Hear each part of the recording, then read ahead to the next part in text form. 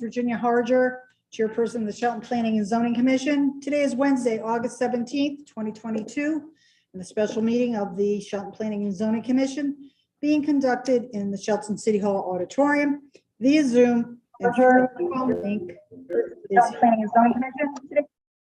is hereby called to order at 6:08 p.m. Would everyone please rise for the Pledge of Allegiance, and I invite those participating remotely to do the same. I pledge allegiance to the flag of the United States of America and to the republic for which it stands, one nation, under God, indivisible, with liberty and justice for all.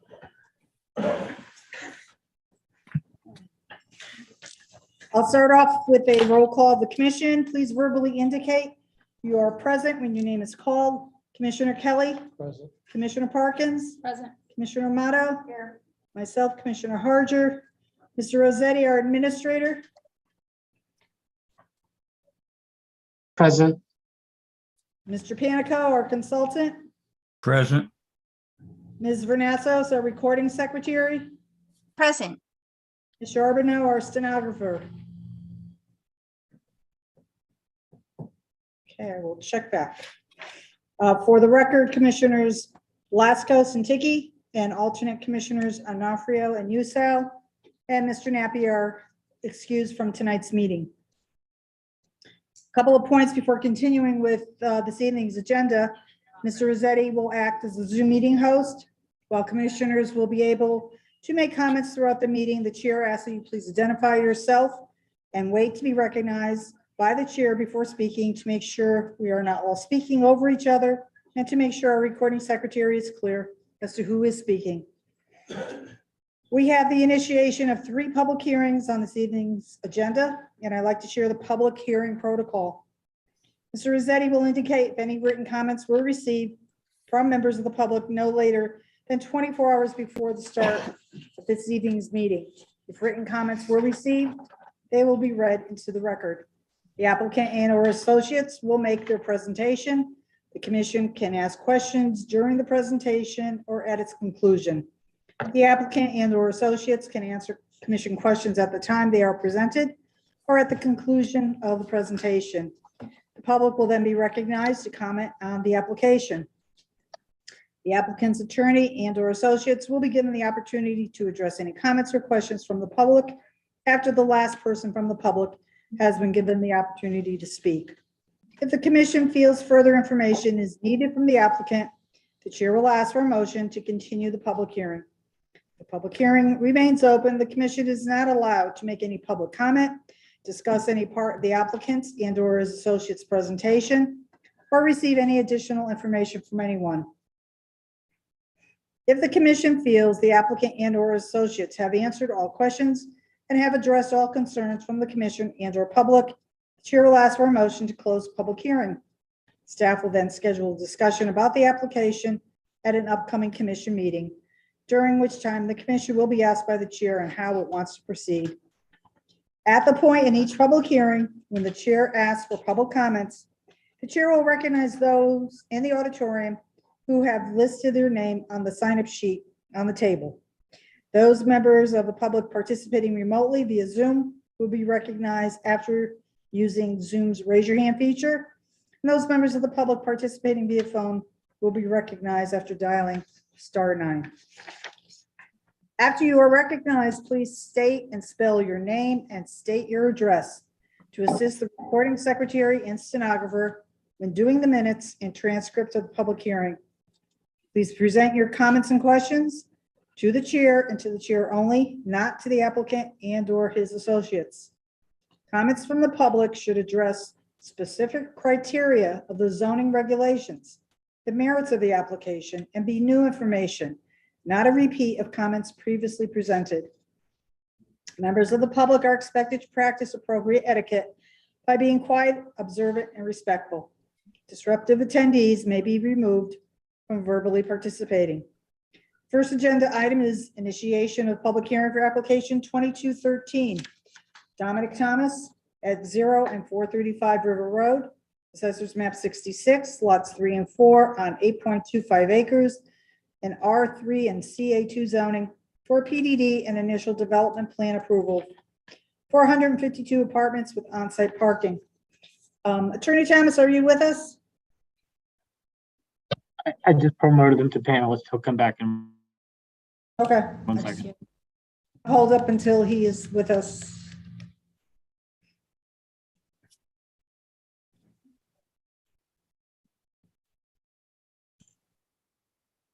Okay, Attorney Thomas, I think you just have to unmute yourself. I'm unmuted on my computer. Perfect. Can you hear me? Okay, Okay. yes, we can. I want to ask you a question.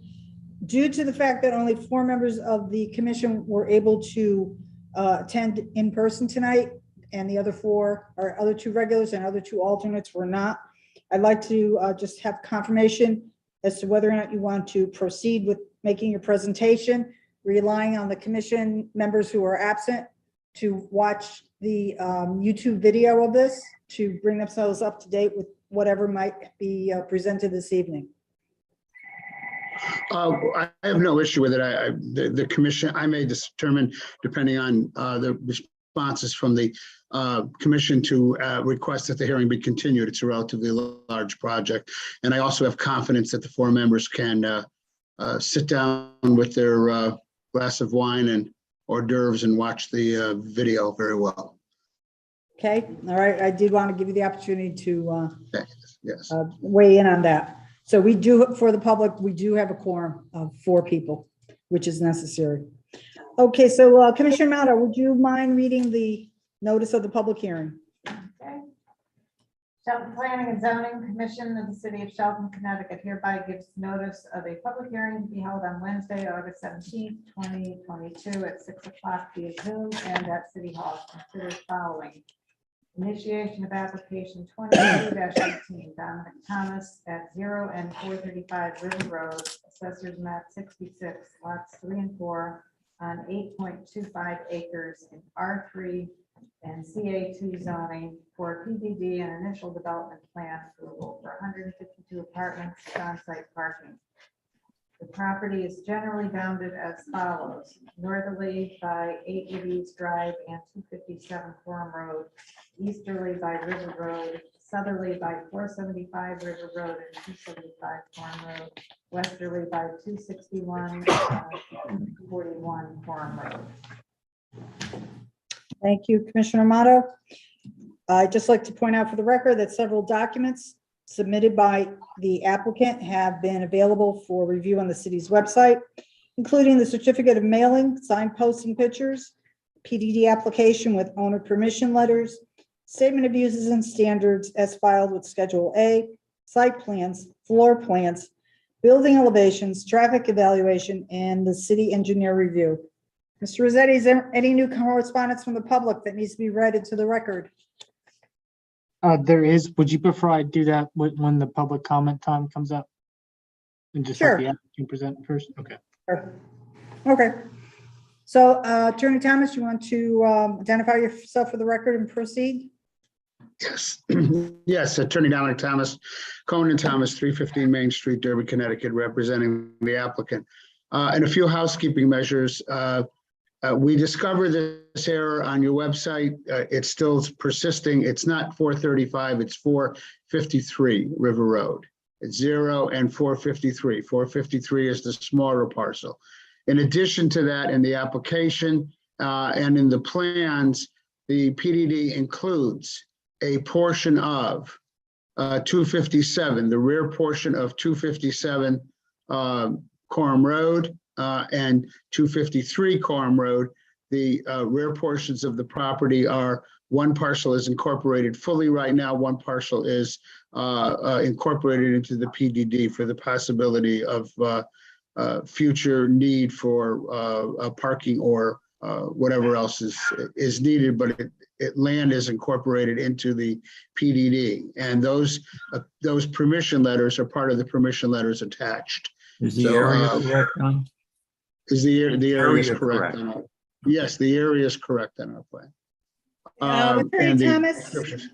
on your petition for planned development district zone change paperwork dated Yeah. 8/14 at the top, in item number 4, The address is stated as 0 and 435 River Road. Okay, then it's our typo. I corrected it with the thing. It's my fault. I corrected it with Alex and Alexander at some point in the past to inform them that it was adjustment. It's 453. Okay. All right. Is there anything else? No, you did recite that we had filed, and I wanted to note that we filed the certificates of mailing and we filed the sign posting photos, and that the signs were posted on both River Road and on Coram Road. Before turning it over to Patrick O'Leary, hopefully he's on, and he's been admitted he's the engineer that's going to present. Before turning it over to him, I just want to point out briefly, this is a 152 unit proposal with a clubhouse and pool. We are talking about a development that is on the level of the Mark. Mr. Griffin was the applicant here, was the individual who led the development of the Mark, and will be using the same types of materials, plans, and everything with respect to this project. You'll note in the statement of uses and standards, it's limited to 20 units per acre. The actual density that's being proposed here is actually closer to around 17 units per acre, which is similar to the density of the Mark, and strangely enough, similar in the fact that, as you'll be hearing from Patrick O'Leary, there is a wetlands on the site, which is going to be dealt with in a very, very favorable way by this development. And the Wetlands Commission has already approved the wetlands permit.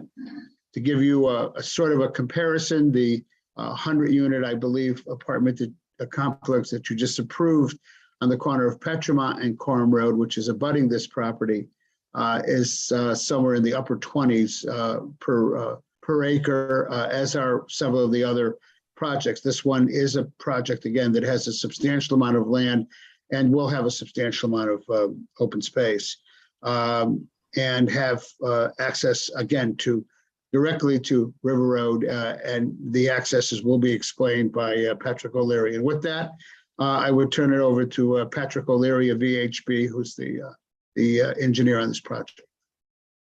Thank you, Dom. Excuse me. Thank you, Dominic.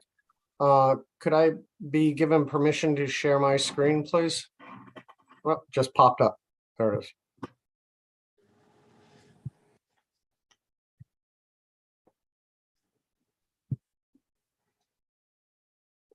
Can everybody see the screen at this point? Yes. Yes.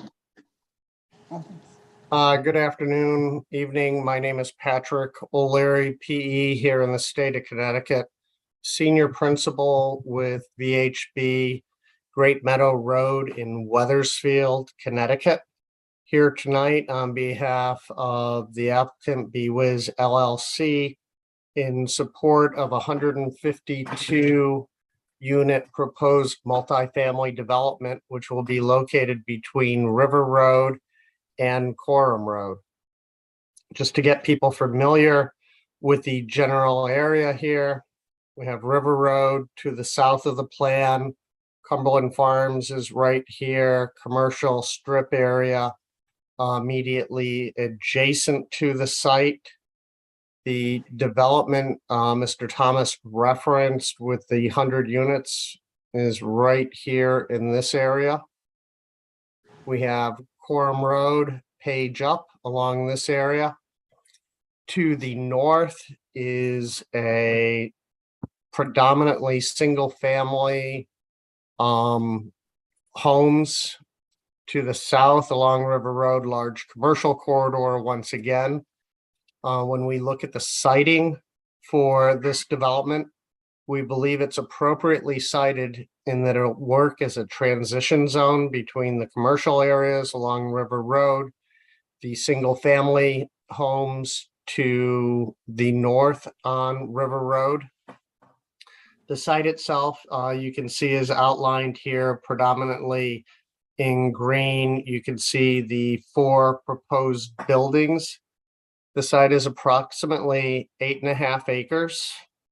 Once again, spans between Quorum Road and River Road.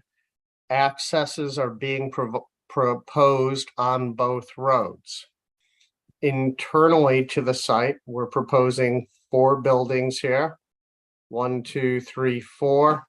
Each of the buildings would contain 38 units, totaling 152 units. In addition to the apartments themselves, we're proposing to have a clubhouse over in this area on the order of 4,000 square feet, and then a recreation pool, recreational area immediately behind it. The pool recreational area has not been designed at this point. It's a very laborious and expensive process. And typically we would address the recreation area associated with the pool at some point by a site plan modification. Excuse me. As noted, there are a number of additional permits and requirements for this project. The first permit would be associated with the wetland area here. There is a large wetland area over here with a small pond centered on it that ultimately discharges through a combination of old culverts and overland flow to a DOT drainage facility and finds its way to the river.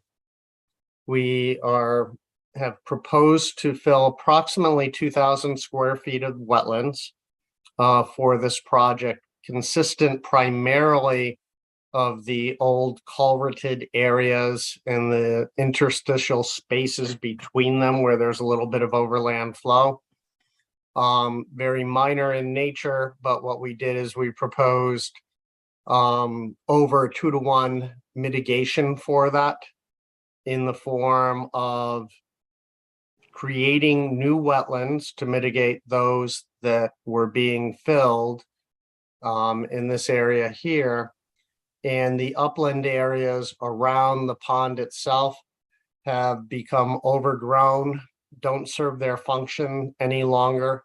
And we're looking to go into the upland areas and replant with blueberry bushes, things of that nature, to try to restore its intended use as a wetland and recreate some of the habitat that would be beneficial to the adjacent neighborhoods as well as this project. In Mr. addition, O'Leary? that area, yes. I just asked, were there any concerns expressed at inland wetlands about your proposal to replace wetlands in another area? The wetlands are being replaced immediately adjacent to the existing wetland here. And actually what we're doing is widening the area as water leaves the pond over here. There's a very nice habitat area, shallow, kind of, one would consider it swampy and vernacular, but it's a very important type of habitat. The areas that were being filled served absolutely no value. They were culverted previously. The culverts were decaying, falling in, and had no biologic or wetland value whatsoever. In addition, there are a few invasive species that have entered into the area. And as part of our mitigation, we propose to go in and take out the invasive species along the upland area of the wetlands on both sides, and plus do appropriate clearing and restorative vegetation. So the wetland itself will be a functional wetland, create an environment and a habitat for songbirds and other species in the area, and service both the benefit of adjacent neighborhoods as well as this project. Attorney Thomas, can I just request that the applicant submit whatever correspondence you receive from inland wetlands to? Yes, I'm here. I actually have it. I believe I believe the letters were copied to Alex, but I can actually, once Patrick is completed, I can screen share with you both the letter of approval and the permit. Okay, thank you. Okay. In addition, the stormwater management system, the overall stormwater management system for the site was designed to specifically support this wetland. There are dry periods out here. This was a man-made water feature. I believe it was an old cattle pond per John Cook. And this time of year, it's certainly lacking for water. And we've designed a stormwater management system here to collect stormwater, bring it from the entire site to the general vicinity of the wetland over here, and recharge it down into the wetland through infiltration and allow water an opportunity as well during very high flows to flow directly into the pond. In addition to the wetlands permit, which has been issued, we have been granted approval from the WPCA for the proposed sewer flows here. They've reviewed the plans, identified the necessary modifications in off-site improvements to support those flows, and provided an approval last Wednesday evening, which I believe was the 10th, if I'm correct. Aside from those permits, once we do receive approval, we will be doing a request for determination with the Office of Safety and Traffic to determine whether or not this project will be considered a major traffic generator. By virtue of floor area, it is considered a major traffic generator. But if you actually look at the peak hour trips that are associated with this, it does not come anywhere near the standard of a major traffic generator within OSTA. And it is our contention, our belief, that they will make the determination that this does not meet the criteria of a major traffic generator, and will have be referred to the district office for encroachment permits associated with the site entrances. And then finally, the last permits that will be required for the project, aside from building permits, of course, will be a stormwater management protection through the DEP. We cannot file for that until we have local approvals. Plans have been designed to satisfy all their requirements. So upon receipt of local approvals, we'll certainly apply for the SWIP and appropriate stormwater management permits. The site itself, as noted when we began, 4 buildings totaling 152 apartments. The unit mix at this point, final detailed design of the individual buildings is probably 90% complete. We're looking at 88 2-bedroom units and 66 single-bedroom units, totaling 152 units. We have provided 304 parking spaces, which equates approximately a little over 1.8 parking spaces per unit, which is more than adequate. The parking itself accommodates functions at the clubhouse for the patrons and residents of the facility, visitor parking, things of that nature. So there would be no need for overflow parking, nor would it interfere with parking on any of the commercial facilities adjacent to the site. Mr. O'Leary, Yes, ma'am. what is the total apartment count again? 152 units. You said it's 88 2-bedroom and 166 1? Correct. That sort of adds up to 154. 88 and 64, I think, is 152, Madam Chair. 64, not 66. Correct. Yeah, you've been saying 66. Okay. My So- apologies, Madam All right, Chair. 88 and 64, and let me have those parking spaces again. 300, I believe there's 304 parking spaces. Okay, all right, go ahead. All right, access to the facility will be provided via full service access from River Road in this area. Similarly, another full access point over on Quorum. We believe the traffic will generally split itself evenly between those two access points and create on a day-to-day basis about 30 to 40 vehicles at either of the access points during the peak hour. Very insignificant amount of traffic for this area.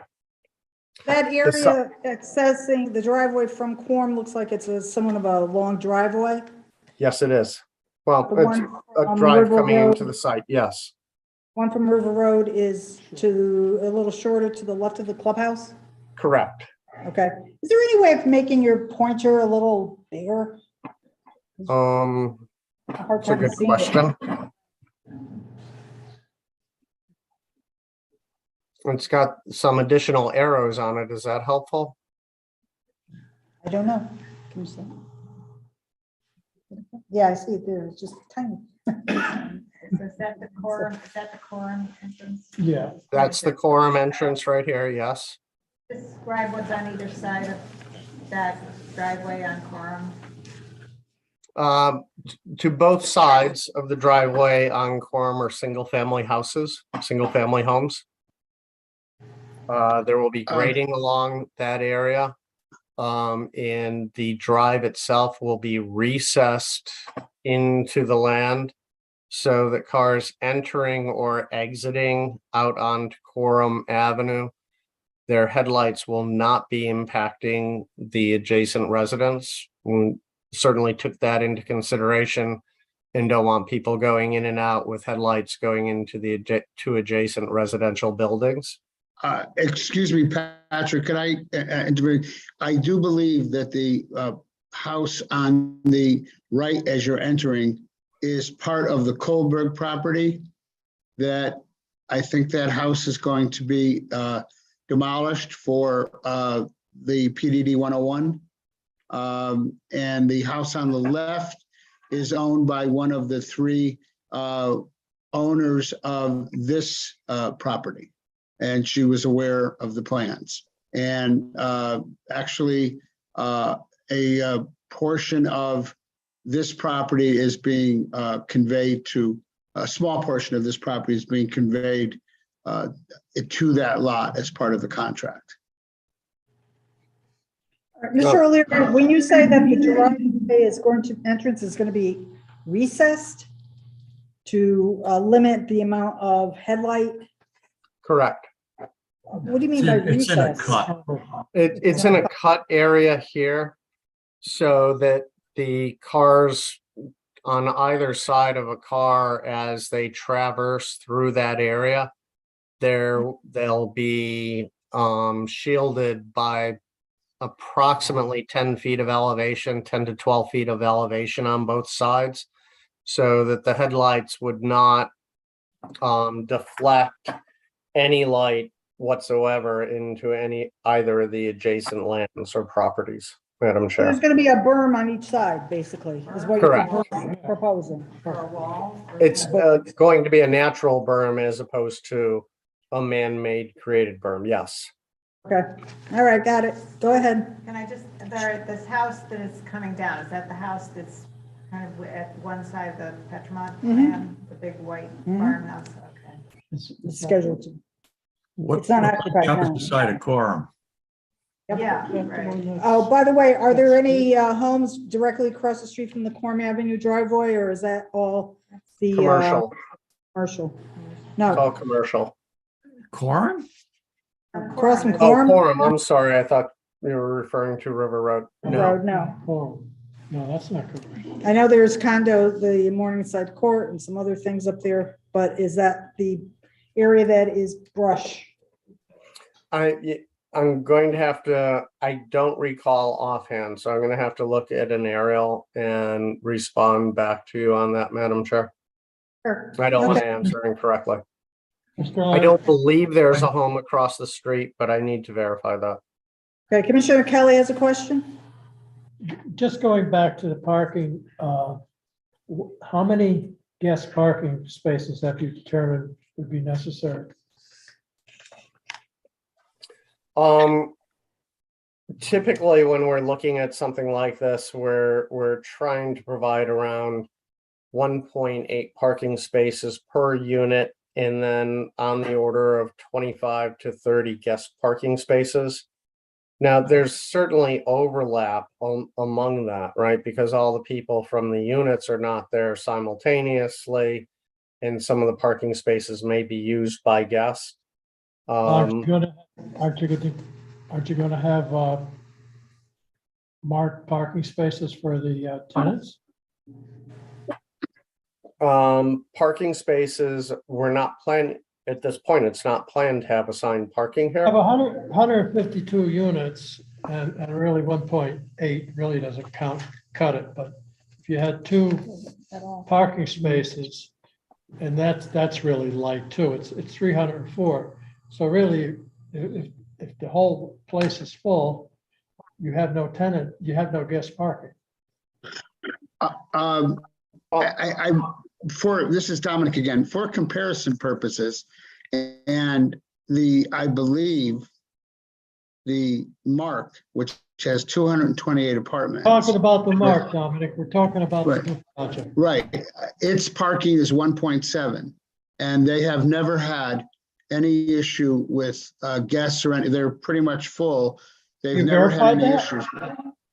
Well, in my talking to the developer, that's involved, that they've never had any parking issues with the Mark. And I believe, and again, I'm doing it a little bit from memory, I believe the final amount was 1.7 spaces for the units. A lot of flat, they have a whole lot of flat Right. lawn. Not only that, but do they have the same amount of 2 bedrooms or 1 bedroom and so on and so forth? I mean, you have no studios here, so. Right, I don't think they have any studios. They got rid of all the studios. I believe they have 1s and 2s. I couldn't wanna tell you the give- breakdown. If you want to use that as a comparison, then you have to give us the accurate numbers that are there. Right, exactly. Okay, well, we will do that. Generally speaking, when, quite often multifamily developments of this nature have as low as 1.5, 1.6 parking spaces per unit when you're looking at this type of mixture between 2 and 1 bedroom. Yeah, we believe that the parking provided here is certainly adequate for the project.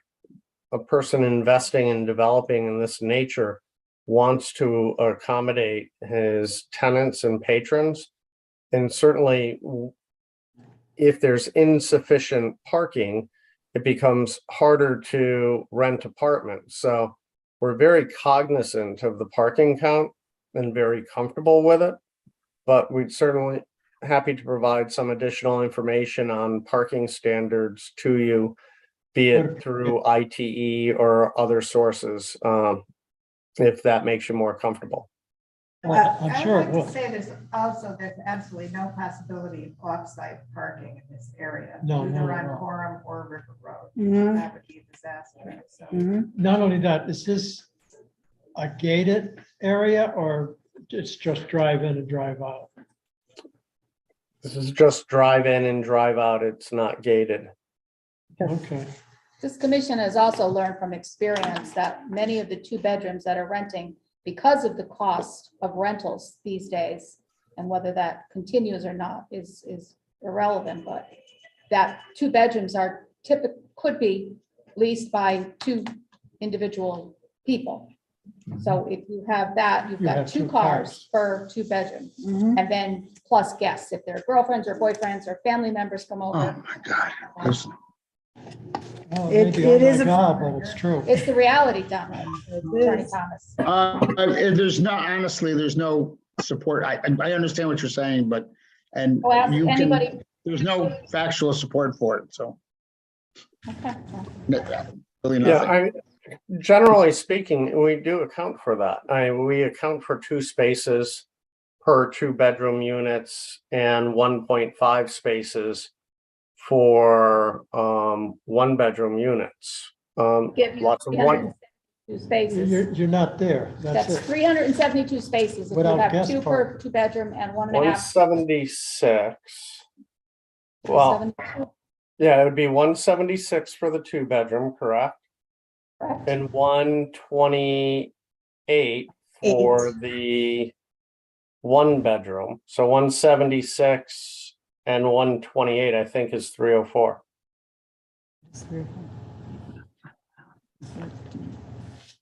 And those are general numbers that we aim to meet. Is there any location on site where, if needed, additional parking could be provided? I think there are opportunities on this site. We have a lot of green space. One of the things we try not to do is take away green space. Not adverse to looking at incorporating a little more parking on the site. If it makes everyone happy, we do. You know, it was noted by Mr. Thomas earlier in the presentation, you know, this parcel of land is included in the PDD application. We're reserving that. We had reserved it. It came in after this point to potentially, we can theoretically expand parking or look at it for alternate uses. We're more than happy to take a look at that. Yeah, it wouldn't necessarily have to be paved either. It could be Mhm. reserved. Yeah. Or There's enough treated payment with on it those, already. With those Blocks. pavers, yeah. right, Mhm. treated with those, what do you call those blocks? I think they're called pavers, right? Paved- Yeah. pavers, yeah. A minor comment for Pat. The Yeah. entrance coming in off of Coram Road, the southerly curb, the radius of that curb seems to be encroaching on the adjoining property. You might want to have a look at it and make sure it does not. Okay, I thought that was I believe we're just showing new curbing there, but I believe it's the tangent that goes over there and not the radius itself, but we certainly will verify that, Mr. Panico. Okay. And if the radius is extending over beyond the property line, we'll certainly correct that. Thank you. Mhm. Okay, so Is there more any, discussion on the parking? Okay, Mr. Panico, do you have a question? I was just going to ask if there was any possibility that the entire complex could be shifted to the left, south, if you will, a little bit in order to get the clubhouse area a little bit further from that property line. We will take a look at that. Even 5 or 10 feet would help. Yeah, it would certainly have an impact on site circulation, but we will certainly take a look at that. And Why would it impact site circulation? You put a little bit of a bend in the connection between the upper and the lower. yeah, right over here in this area. If we slide the entire site over there, we're at the point where we may lose some parking, or it would impact the drive circulation coming around here. But I think there's opportunities to accommodate that. So Just have a rather look than at it, see answer if that's you, possible. yeah, I think there's a possibility to address that, but I prefer to take a look at it with a scale and on paper and Sure. with the appropriate graphics rather than answer inappropriately, Your, Mr. your Panico. your map shows a property line, that sort of parallelogram that exists tucked in the corner. Is that going to be part of your site or not part of your site? It's not colored green, so I assume it's not. Are you referring to this Yes, piece here? Yes. Yes, that is included as part of the application. Okay, That so that's really going to be a green area? It is a parcel of land we're going to investigate. It came in after the site plans had been developed and initiated. Yeah. And we're going to be looking at utilizing that piece of land to improve the overall layout. For example, Mhm. Mr. Panico, if we just take this entire upper tier here Yeah, and slide it over 18 feet, you'd Mhm. probably pick up another 20 parking spaces right there Yeah. for the development. yeah, So there's a number of possibilities. We certainly want to seek input from the commission tonight and your ideas, and we're listing these. And we're going to come back and take a hard look at all your suggestions and your comments. if that opportunity is there, you might want to consider opening the space between buildings 3 and 4. Is it 3 and 4? Yeah. 1 One and and two, yes. Right. It's, it seems like you got building, parking, building, sidewalk, parking, pavement, and very little green space. It might Between help if them. those were pulled apart a little bit. Understood and agreed. That Well, was the other- not part of the original land planning for the site.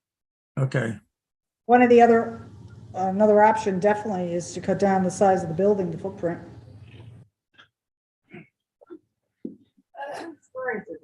Four. Four. Yeah, that's on the plan. Yeah. Is it possible for you to go full screen instead of having the PowerPoint screen up as well? It would help us to be able to see better. I would also like to make another suggestion. In your reexamination of things, will you show us a drawing that superimposes the approved plan for the 100 units to the south of you there? Yes, And relate your proposed grading to their proposed grading, and make sure that there's no areas of either conflict or areas where some cooperation might be desirable to eliminate a ridge of land or whatever. absolutely, Mr. Panico. You preempted that was the next place I was going, was to talk about the development that has been proposed and approved over here. I believe Okay. it's 100 units. If we look at the site overall, the general elevation up here for buildings 1 and 2, we'll call it an elevation of 120 plus or minus.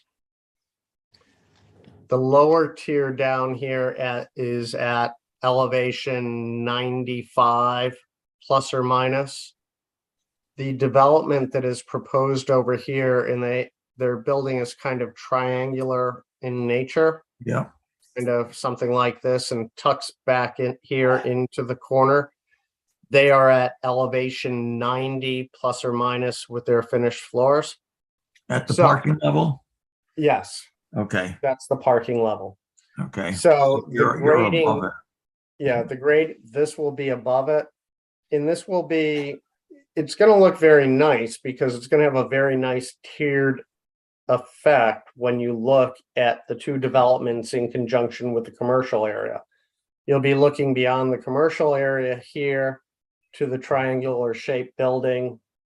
It's going to offset the two buildings here that are up at elevation 120. And then we're bringing down from the hilltop back down to River Road, creating a step sloped area to improve the overall aesthetic, so that this doesn't look like it's something just creating a flat plane, going out here, demolishing the entire site, bringing it down to one single flat level area and building 4 buildings. In addition to that, relative to River Road, if you look at buildings 3 and 4 over here, they'll be between 10 and 15 feet above River Road. One of the reasons for that, from an aesthetic standpoint, would be so people on River Road, as they're traversing River Road in this area, as opposed to looking into a site, seeing parking and cars parked, they'll be looking at a landscape area, portion of a retaining wall, and they will generally not see the cars parked up there, but instead they're going to see some very nice architectural building that looks very well sited to be along River Road and adds to the community. So, but we will certainly, I'll create another graphic for the next meeting that will incorporate the adjacent site being overlaid on this graphic so that you can see how they fit together and how they would interact from both a grading standpoint, have sufficient spot grades so that you can pick that off there and understand the terracing impact of both developments in conjunction with the commercial development out front. Mr. O'Leary, is that going to be similar to a cross-section type of elevation? I will create a cross section as well. For you, we do have those already, but we'll put them in a format that's more conducive to the screens here so that it'll stand out better as opposed to the format they're currently in. Thank you. When we look at the overall site, we have 700 feet of frontage, plenty of frontage for this front yard setback of 37 feet. That's driven by the clubhouse, not by the apartment buildings itself. Side yards in excess of 20 feet, rear yards in excess of 57 feet. If you take the floor area for the site, it's about 55%. And that's the floor, taking all the floors as opposed to the building area. If we take the building coverage, we're down around 15% on this site with a max density right now, 18 plus or minus. It's on the minus side as opposed to the plus side, but I don't have the decimal laden number here in front of me. So from a zoning standpoint, I think we're meeting all the general criteria that we would normally adopt in a PDD, be it to protect the adjacent neighborhood and create a project that is aesthetically pleasing and becoming both to the neighborhood and the city of Shelton itself. Internally to the site, all stormwater on this site will be collected internally to a closed stormwater management system. Stormwater from the top tier up here will be collected in a pipe system, including the buildings itself.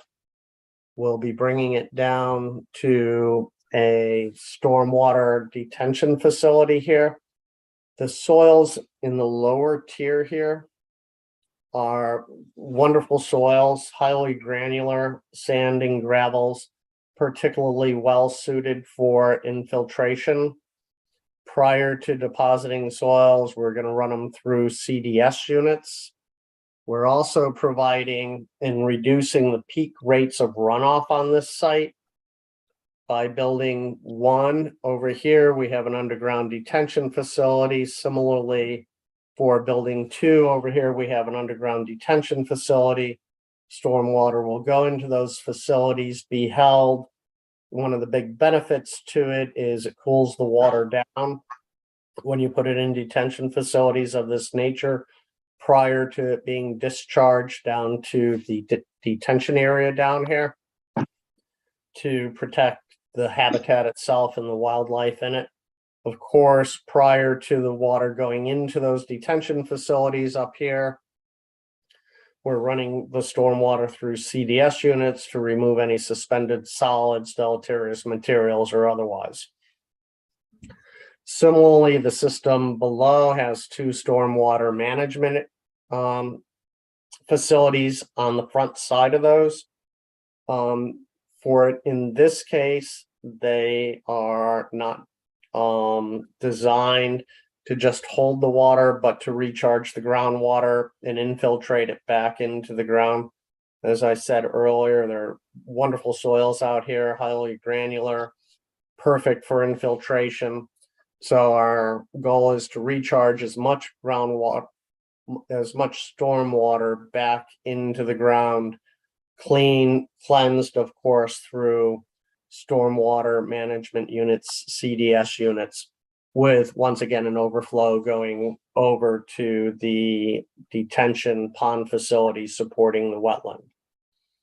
All utilities are available at the site. We are awaiting confirmation on water. With respect to pressure inadequacy, we have a verbal on it, but we're waiting the formal letter. And of course, would pass that on to the commission once we receive it. Looking at the overall site itself architecturally,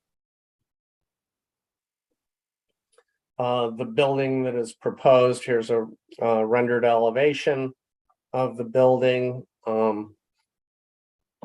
Work very hard on the buildings themselves to provide both elevation relief in the horizontal and vertical nature of the building. If you look across the front of the building, instead of having a plain facade looking across the building, you can see there's a number of steps in the building where the building comes out, recesses for balconies, additional steps and recesses across the front of the building so you break up the elevation relief of the building itself. Similarly, with respect to the vertical side of it, in the roof lines, we look not to have just some single huge asphalt roof up there, but rather try to break up the roof lines with a series of gabled features, dormers, changing the roof line itself in the gable end. So we believe it's aesthetically pleasing, and there have been a number of compliments on similar buildings to this that the developer has constructed in the past.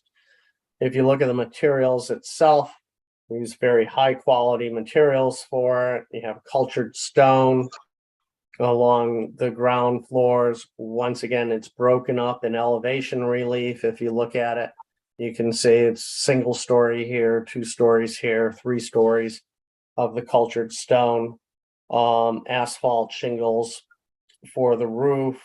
You have vinyl siding, cellular PVC panels.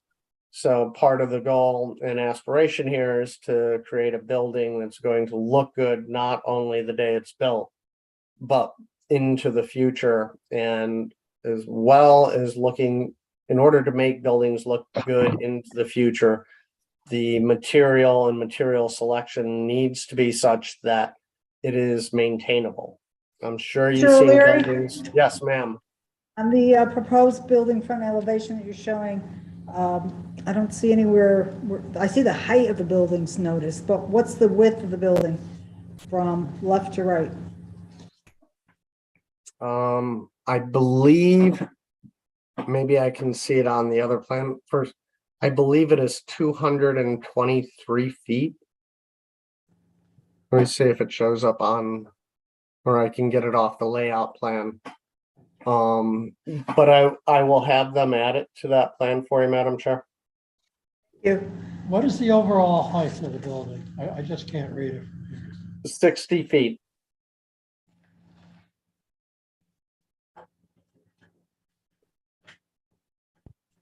Why inject the use of metal, a little bit of metal roofing?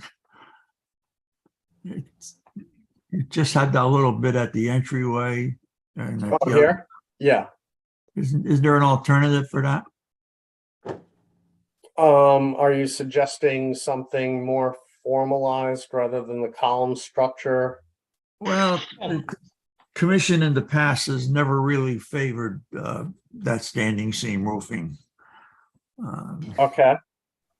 So if there is an alternative to consider, you might want to offer it as an alternative. Okay. And just describe, what is that siding that looks like white panels? Those are the cellular PVC panels. As opposed to other materials, the PVC panels are highly maintainable, washable. Are they smooth? Yes. You can also get them textured, but they are smooth. Okay, and the dark gray is a horizontal vinyl siding? I'm gonna call it blue as opposed to the Okay. dark, but yes. Okay. Uh,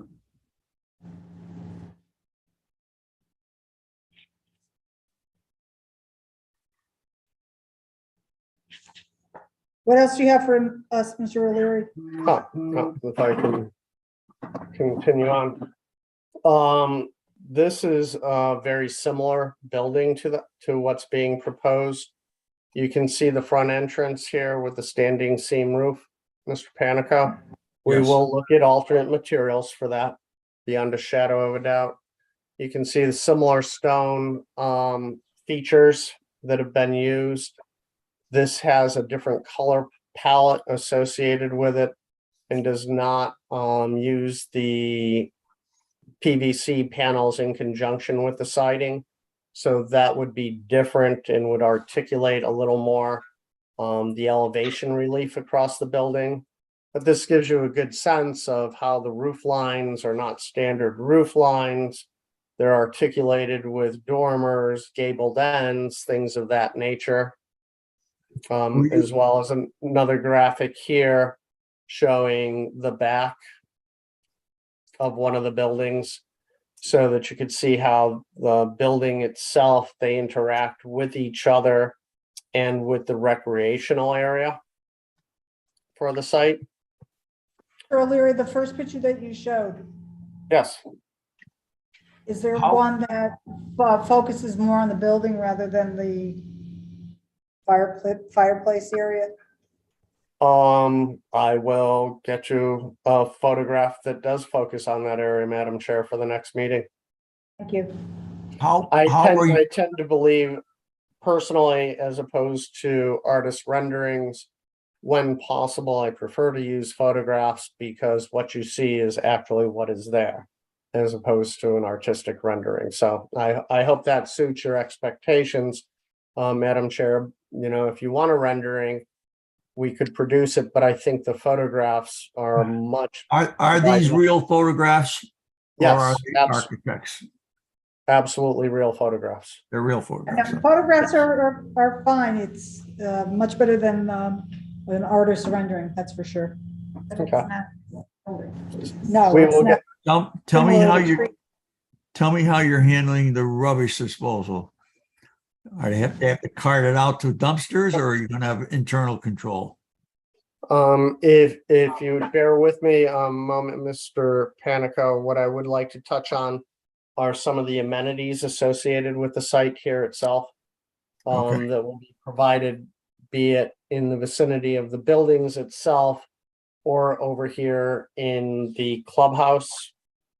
Of course, there's going to be a pool area associated with this, which will be over here with chairs, lounges, cabanas, barbecue pits, things of that nature.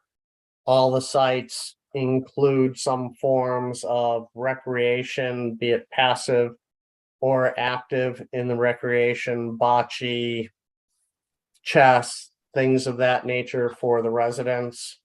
Typically outdoor seating areas that were highlighted in the last photograph with the outdoor TV. You know, provide typically sculptures and artwork at the clubhouse itself to provide additional architectural definition, orientation. Electric vehicle parking spaces in good supply for people who will use electric vehicles now and or in the future. Bikes to be used within the facility or in the adjacent neighborhood, as well as a dog park for people to go out and walk their dogs.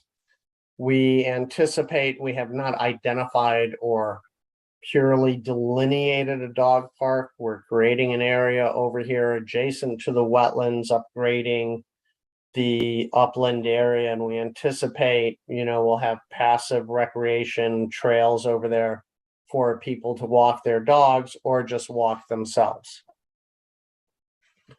As noted earlier, from a traffic perspective, the site generates nominal traffic in the peak hour, approximately 63 trips, 61 in the morning, 65 in the afternoon. We anticipate that traffic to be split between River Road and Quorum. So when you're looking at either of the site accesses, I would not anticipate much more than 35 trips, maybe 40 trips in the peak hour. It's always impossible to predict how the residents will work themselves exiting the site and which direction they're going. So traffic is certainly not of an issue here. If we look at overall operations for the site, we do not anticipate this will be a burden in the city on any way. Typical development of this size might generate about 12 school children. If you look, for example, at the Mark at approximately 220 units, I think over a period of time, if you took the average, it may have generated 18 school-age children per year. This is smaller than the Mark, so one would anticipate certainly a reduction in the school-age children. I would suggest 12 would be an appropriate number for it. This will generate significant tax revenues for the site that will certainly more than compensate well beyond the 12 students that the site may generate. The site will not require any additional fire, health, safety apparatus or equipment can be serviced by the existing facilities out here. And we think overall, it will certainly be a plus on the River Road side. Operationally, internally to the site, we have trash receptacles right here in this area between the clubhouse and building number 4. And we also have trash receptacles up in this area at the backside of building number 2. All the trash receptacles are screened, enclosed. The developer certainly does not want trash floating around the area or the neighborhood and pays great attention to maintenance of those facilities themselves. One thing that may happen with the additional land, there may be some kind of a maintenance shed that's incorporated for the maintenance workers to store tools, things of that nature, when they're working on the site. Does that address the questions you had regarding trash and the receptacles? You can see they're easily accessible by trucks. Should not be an issue. Generally, accessible to the residents. They may Guess have to we've gotten walk. kind of spoiled with internal control. Okay, yes. Any other questions, Mr. Panico? Not right off the top of my head. You got these are 4-story buildings. They're elevator service each building? Yes. Okay. Yes, sir. Okay, I think Commissioner No. Kelly had a question. Just one question on the fire. Has this been reviewed by the fire chief, and as far as the turnaround for the apparatus, so on and so forth? We have not met with the fire chief on this. We will, but we ran a fire truck from the city of Shelton, their template around the entire site, and fire truck makes it through the entire site without any infringement upon buildings, parking landscape areas or otherwise. Yeah, we have received no report from the fire marshal, so I don't know whether he generated one or not, so. No, nothing's on the website. No. Yeah, so we don't know. I do, I'd like to address one thing, because we were going through the parking, and one of the things that when you're doing the parking for a PDD, obviously it sets its own, and you use other examples. But one of the ability that an applicant has is to look at the commission's own parking regulations, which you changed a few years ago. And in your section 42, article 42 parking regulations, you have a standard under number 3. And that standard that you have, it deals with efficiencies, 1 and 2 bedrooms, 3 or more, and visitor parking. Obviously, there's no studios here. Your 1 and 2 bedroom dwelling units for rental dwelling units, rental apartments, is 2 spaces per rental unit for the first 5 dwelling units. After the first 5, 1.5 spaces per rental unit in the dwelling unit. These are all 1 and 2 bedroom units. In addition, there's no 3 bedrooms, so that doesn't apply. In addition, visitor parking is 1 visitor space per 2 rental units. If you do the math, and I did use a calculator because I don't rely on doing it in my head, the number under your own regulations for these apartments is 299, and we're providing 304. So if you revert to your actual parking regulations, we are in excess of the parking regulations that are applied to dwellings containing 3 or more rental dwelling units under your newer section 42. So I just wanted to point that out. Thank you, Attorney Thomas. Mr. O'Leary, what else do you have for us? I think at that point, I'd like to allow the public to have an opportunity and certainly turn it back to the chair and commissioners for additional questions. We'll get to the public in time. Do any commissioners have any other questions for Mr. O'Leary? I do have one. I think Attorney Thomas would be the better person to direct this to. But is there anything about the site plan, the engineering, anything? Okay. Attorney Thomas, how many of these units are going to be affordable?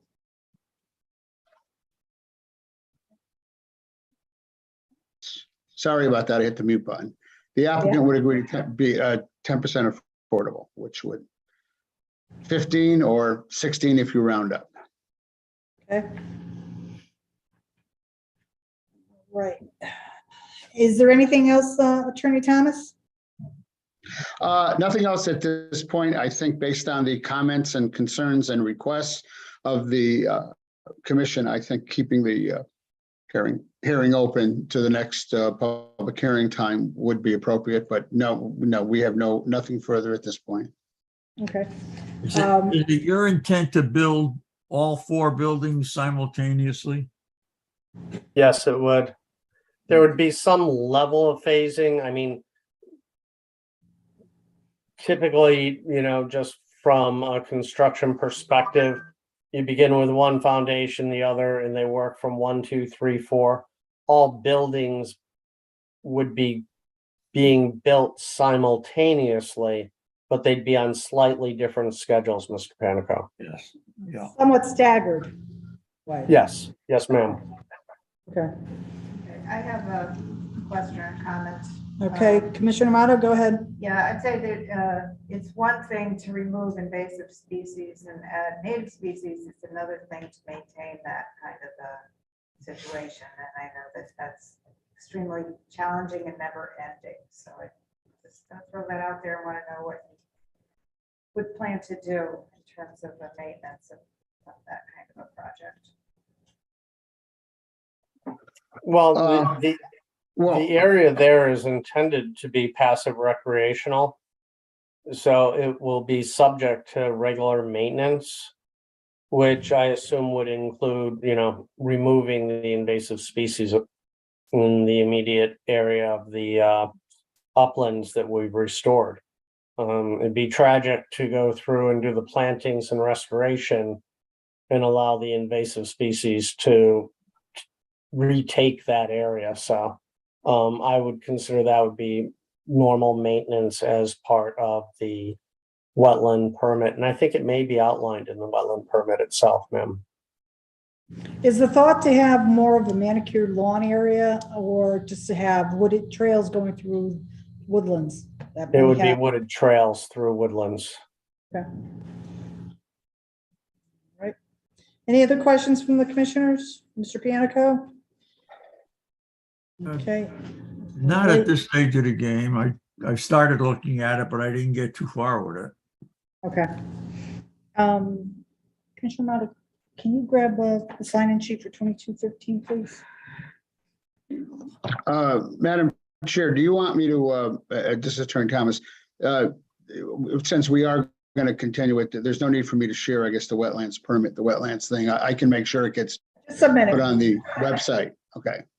Okay.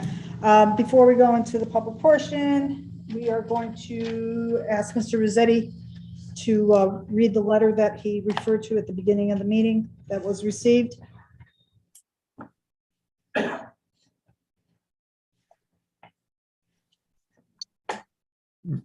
Madam Chairman, Yes, go ahead, Mr. Panico. I was just thinking that in view of the fact that the applicant is intending to do some reorganization and possibly some shuffling of the site, should we really get into public comments until the final version is put before everybody? You know, we have 8 people that signed up. I Okay, would hate not to give them the opportunity to. Individually, as they come up to the podium, they can certainly waive their right to make comments if there are new material that is submitted. Our policy in the past has been that the speakers can come back up just to comment on new material. So, yeah. Okay, so is Mr. Rossetti with us? Yep. Oh, okay. I'm sorry. Yeah, this is the. People signed up. Yeah, we're gonna start. All right, so Mr. Rossetti, what, you want to read the letter that was submitted? I will summarize it, and it will also be online, seeing as the hearing will likely be continued.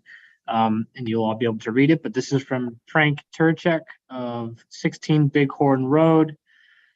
He had indicated that this letter is in opposition of application 2213. His family has lived in Shelton for over 35 years, and they've recently purchased a home on Fanny Street. The addition of the entrance at the existing River Road and Jordan Avenue intersection for the 152 residents, the proposed residents, would have a serious impact on traffic volume, along with compromising the safety of the current pedestrians, residents, elementary school teachers and students, those commuting on River Road, and also the customers of the existing establishment. The parking is for 1.8 spaces per unit, and this could result in 270 plus cars allowed on site. Additionally, the traffic from Petramont could be routed down that road, which would increase traffic on River Road. And the traffic studies concluded that the new volume of 65 cars would cause a 2-second impact on the current traffic. This conclusion should be re-examined based on the additional development proposed in the area in the use of the new access by non-residents of the proposed property. I guess you should say by non-existing residents of the proposed property. Obviously, the current zoning for this property would not generate traffic volumes of this magnitude. The statement of use published for this proposal that the parcels included in this proposal are, quote, are not suited for another commercial STIP type. I think he meant to say type center or single family residential development. The proposal is planning on building 152 residential units in 4 buildings with the clubhouse. I'm confident that this parcel can clearly be developed under current zoning regulations. The current zoning is in place to protect the area and their land values. And that's it. Okay. All right, so then we'll start with those that are present here in the auditorium. And the first one on the list is Thomas Work.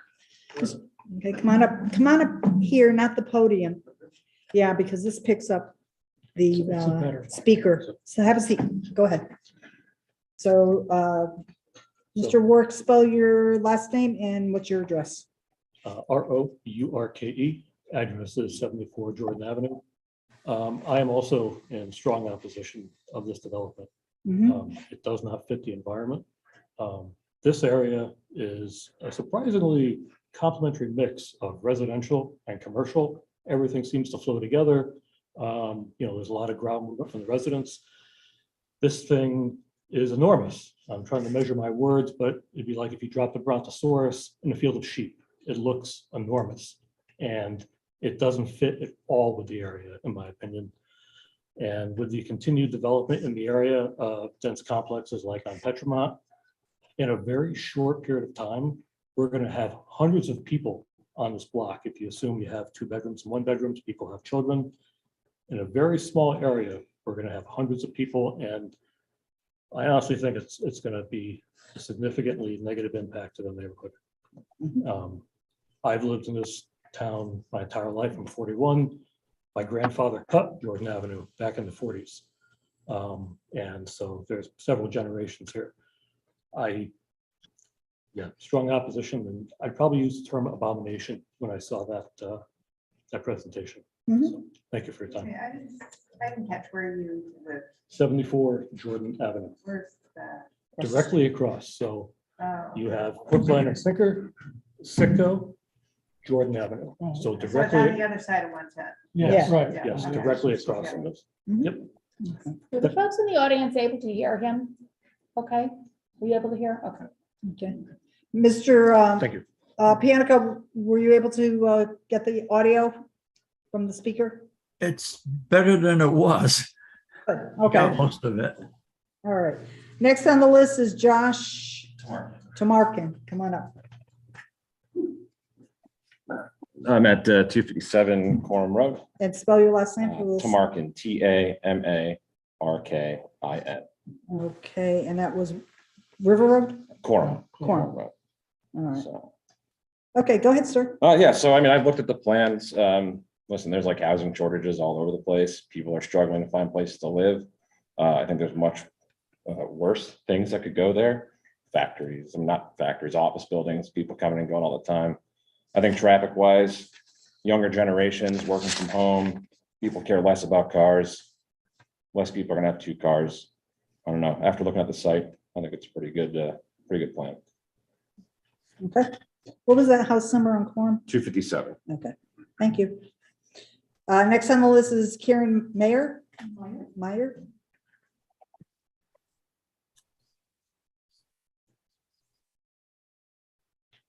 For allowing me this time to speak. I'm Karen Meyer. I live on 77 Myrtle Street. Come on a little closer, just to make sure that that's phone is picking everything up. Thank you. Okay, and you said it was 77 Myrtle? 77 Okay, Myrtle go Street. ahead. I'm right near Public Works. Mhm. I've been in Shelton 18 years now. I've been in this house 18 years, and I travel down this area every day to get to work and to come home from work. I work in Milford. And I will personally attest that the traffic is a nightmare now on this road. I've seen the traffic like practically triple over the years on this road. It's a 2-lane road. It's not a 4-lane highway. And you can't even get out of the car wash at 5 o'clock, Russell Speeder's car wash. And, without some trouble, the traffic's coming in both directions, and it's I'm talking about 110. 110, Right. correct, 110. And Coram Road's also busy. I walk both those roads quite often, especially Coram. I take side streets to get to Coram. I don't know how much time was spent on assessing the traffic, but if you live in this area or near it, you would know that the traffic is already pretty heavy. And I find it hard to believe that a project of enormous caliber as this project would not significantly increase the traffic in this area. We've already had numerous complexes built in the past couple of years in this town, which has also added to the traffic. You can't even get through the downtown area now without, being stalled between red lights for at least 20 some odd minutes. But I just feel that I don't know how much time was spent on the traffic assessment, and not to mention the environmental impact. I find it hard to believe that something was approved to go on a wetlands of this size project. I had no idea. When I heard apartments, I thought it was just going to be a few apartments. I didn't realize it was, this looks enormous. And not to mention the guests of the people living there. And I don't know how you can figure it's only going to be 65 extra cars. Did you say 65? 63 and 64. 63, yeah. I don't know how you come up with that number when there's 152 units. Probably depends on the lifestyles of the people living there and the habits and times of the day they travel. But I'm very strongly against this. Mhm. So I wanted to just let you know my feelings. Thank you. as a Very town good. resident. Thank you. Thank you. Next on the list is Pam Lamato.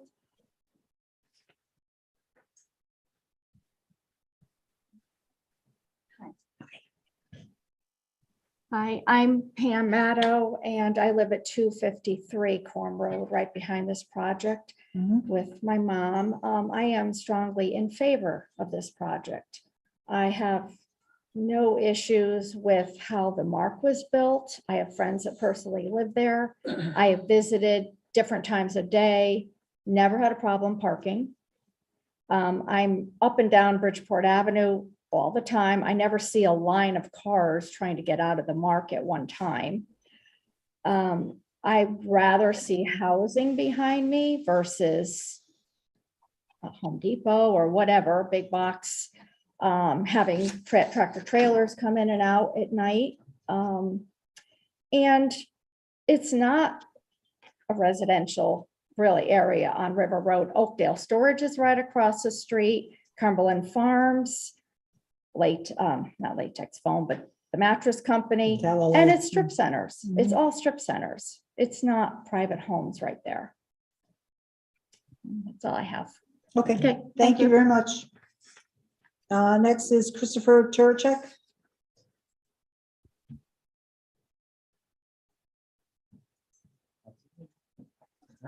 I did submit a letter, but I guess didn't make its way in, so I can just read it. Sure. Mr. Rossetti, do you remember if a letter came in from Christopher Turchek? Mr. Frank Turchek had asked me before about the one that you read. So is there another one that you've seen? We received it on Monday. The one from Christopher?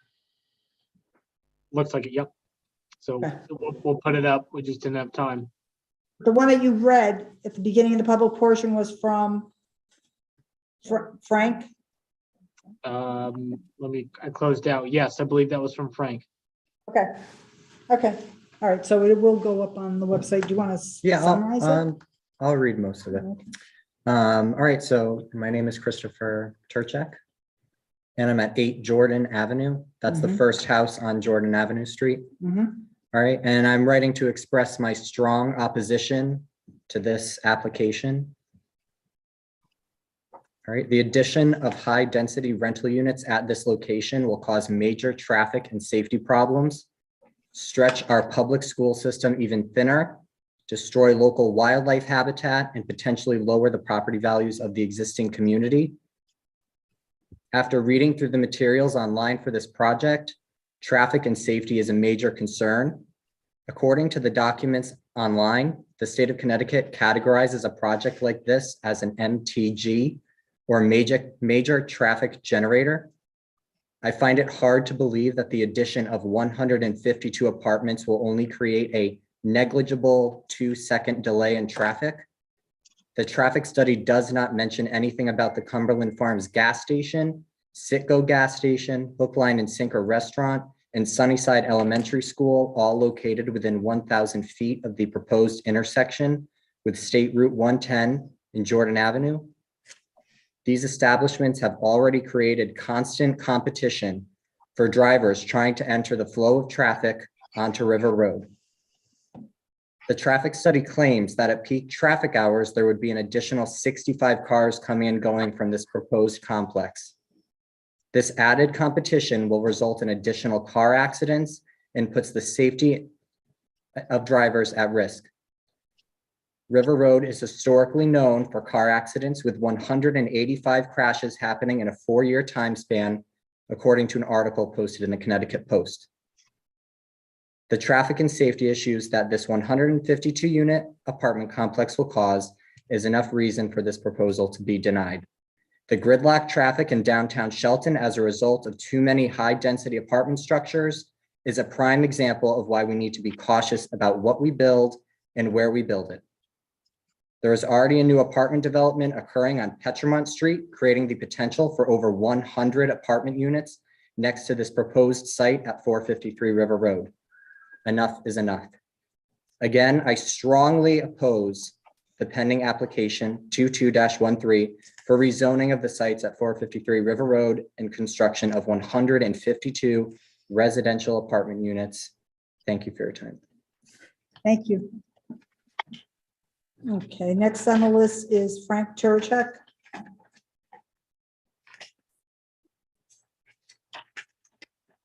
you have additional comments? I do, I just Okay, had a couple. go ahead and identify yourself and your address. I'm Frank Turchek, own 27 Fanny Street in Shelton. So Fanny Street is off Jordan. Mhm. And the one comment I wanted to make after hearing the proposal tonight, it sounds like it's being set up for an additional building to be put on the property. There's an additional lot that was added onto it, so that restructuring could be in the future, like happened on the building next door to the development. There could be an additional property, another building that goes onto this property. And also, what's the use of the clubhouse? Will there be additional people coming there to try and park on the property as well? Because that wasn't explained either. I don't think the pool was also mentioned online. So there seems like there's a lot of things being shoehorned into this 8-acre space that really should just be residential houses and a strip mall, which is what it's zoned for. Again, I oppose it. Thank you for your time. Okay, thank you, Mr. Cherichek. Next is Bill Griffin.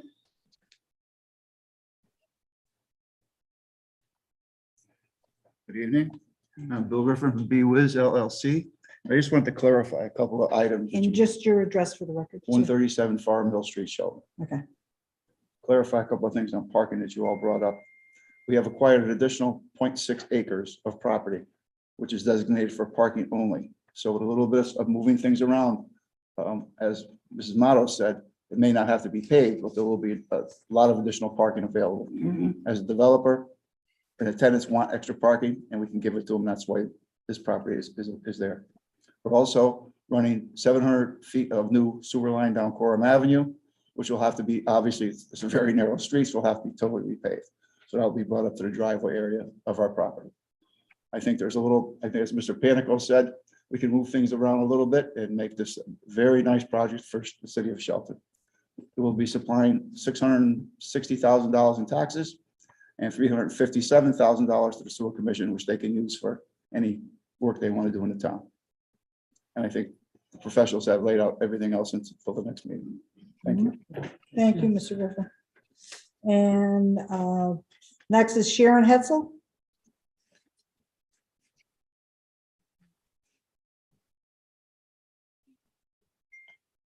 Good evening. Sharon, would you mind spelling your last name for the record? Heltzel. And your address? 21 Jordan Avenue. Okay, go ahead. I don't even know where to begin. I've been in this town for 50 years. I've lived at my address for almost 30 years. River Road is a death trap. I've seen numerous deaths. I've seen numerous people die on this road. I've almost gotten killed on this road. Buses on this road. I've seen numerous people pass buses for Sunnyside School. It's horrendous. And that's only the traffic. Rudy gets backed up. Where's all the traffic go? Down Merritt Parkway, up River Road to get through the center of town, along with more traffic in the center of town. I really don't think Shelton needs to have any more kind of buildings like this. If you want to put in housing, great. But again, the parking, you want to go towards the parking, have a funeral over at Riverview Funeral Home. See the traffic down Sunnyside Drive, down Jordan Avenue, down Wakely Avenue, across the street at any parking spot you could get. Have PTO night, field day, anything at Sunnyside. See the traffic parked up and down, all down our streets. There's definitely not sufficient parking. Where is it going to go? Into the storage parking lot where numerous people have been found doing drugs and overdosed in that parking lot? I mean, it just, to me, it's unacceptable. There's just no space for it. You want to put 3 or 4 houses over there? Fine. But 152, you multiply that times 2 people, and then you go to our school system. You're definitely going to have more than 12 kids. Sunnyside doesn't have enough teachers as it is. I have kids in the school system. I have teenagers that are learning to drive. My son has a difficult time pulling out of Jordan Avenue on a daily basis. And with the numerous accidents that I see out there, I have to reassure him consistently to make sure he's looking constantly. And then you want to talk about at nighttime? Where's our police department at night? I'm awake almost every given night on a Thursday, Friday, Saturday night with the amount of people driving and racing up and down 110. It's horrendous. And then you want to put in all these other, this housing and all this other traffic. I'm totally opposed of it. I'm totally opposed to the traffic, the noise, the lighting, everything that's going along with this project does not suit in this residential neighborhood across the street. Like I said, I've been there almost 30 years. I've dealt with a lot. I dealt with a lot when Danny O's was there, the noise, the traffic. school buses not being able to get up and down our road at certain times. Where do they think all this extra people are gonna park? I mean, I wish I had pictures of school buses not being able to get up and down my road because cars are parked on both sides of Jordan Avenue. And I totally agree with my neighbor who's at 8 Jordan Avenue, and he's fairly new to the area, and he has no idea what the traffic is like on a road when people park there. They obstruct housing, they obstruct school buses, and the safety of our kids. And I'm sure everybody knows, you know, like if Judson Crawford was still here, people would not be, you know, he would be against this totally. It's just not acceptable. It's just not a space for this kind of housing. And I think in our whole town overall in Shelton, we don't need any more of this kind of housing. I think a lot of people are fed up with this kind of building. We need to keep our trees and our animals where they need to be. You know, it just, and like as far as the fire department goes too, like that hasn't even been assessed yet. And then as far as like leveling the land, how much dynamite is there? What needs to be, you know, done to that? My house rattles just with this other area being done. No notification, no horns blown. My house just rattles at any given time during the day with them blasting across the street with no notification. So I don't know what that takes into effect. And then like I said, the accidents mainly on the main road. Where are all these people going to be walking to? You know, Cumberland Farms is there. I can't tell you how many times that Cumberland Farms has been robbed. I hear the sirens that go off in the middle of the night. People that are walking up and down 110. Then you know, how many people need to get hit in the darkness of the closure. There's barely lighting. So I just oppose this whole opposition in the street across, you're going to put in a street that's going to be adjacent to Jordan Avenue. You can't get out of there now. How are you going to get out with this building being across the street? And then you add a clubhouse. What kind of partying, what kind of nonsense is going to go on there? But I think that's the whole I have to say. It just doesn't seem feasible for this area in Shelton at all by any means. And I oppose it. Anything else? That's it. Thank you. Thank you for your time. Is there, ladies and gentlemen in the audience, is there anyone else who'd like to sign up to speak? Come on up, ma'am. And anyone else feel that they are going to want to speak, because we're going to go on to the people who are participating by Zoom.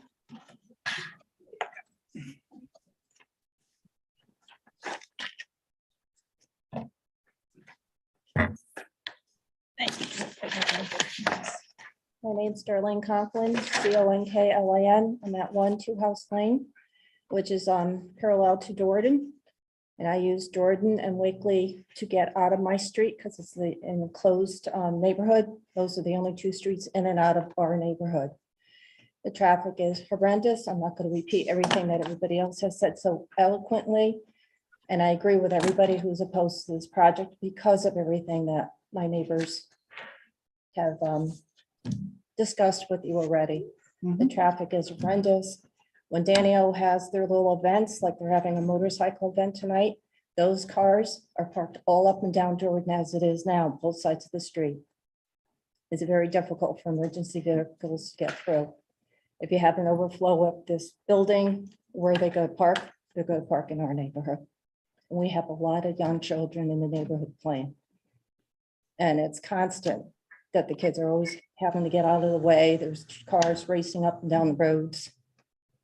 We have a boatyard down at the end of our street, so we get that extra traffic. It's just, the volume is way too much now without adding another 152 units times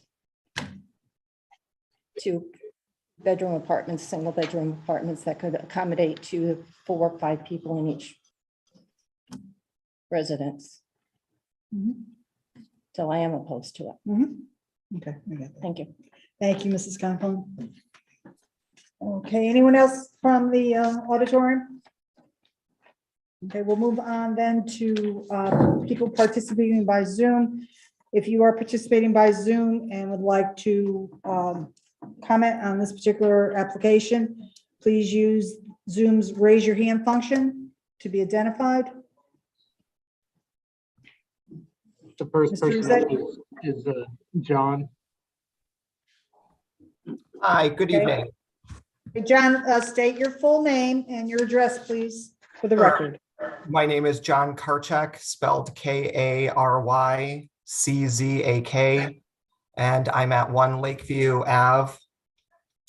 I did have a question. I was curious about the utilities, on whether it was going to be an all-electric development or mixed between electric and gas. I did not hear that.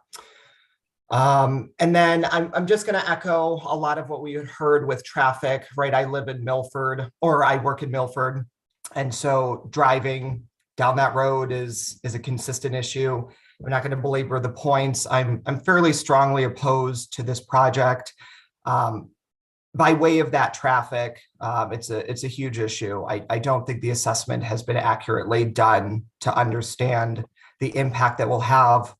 When I first moved to Connecticut, I lived in Milford at the Metro Star Apartments off of Plains Road, in a development very similar to this, both in design and the customer base that would be renting these apartments.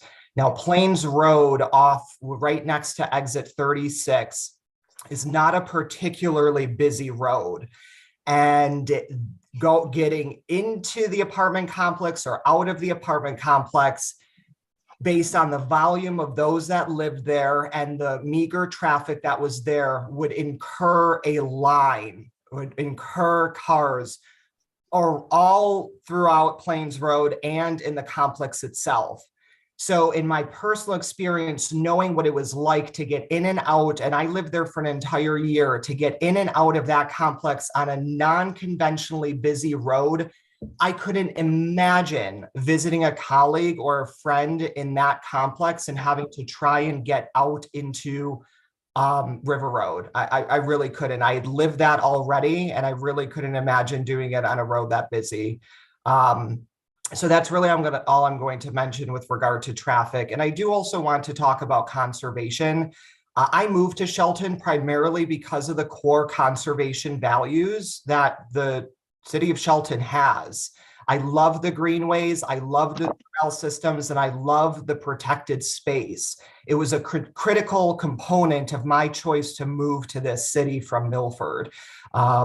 And I work in Orange and in Milford, so I chose to travel from a place that was very convenient for me.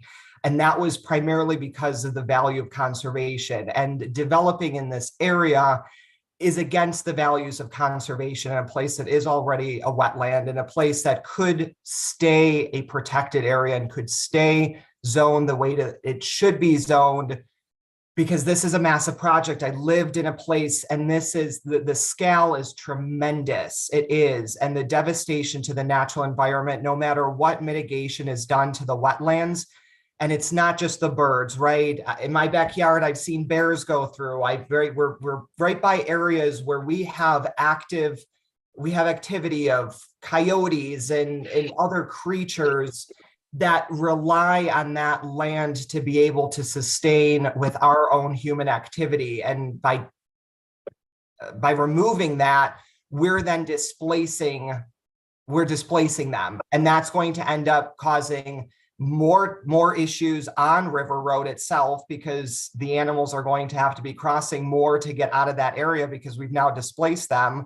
But I think more fundamentally, it's against the core values that the city of Shelton sets for its protected spaces. And that would conclude my comment in opposition of this project. Very good. Thank you, Mr. Karzak. Okay, Mr. Rossetti, is there someone else on Zoom?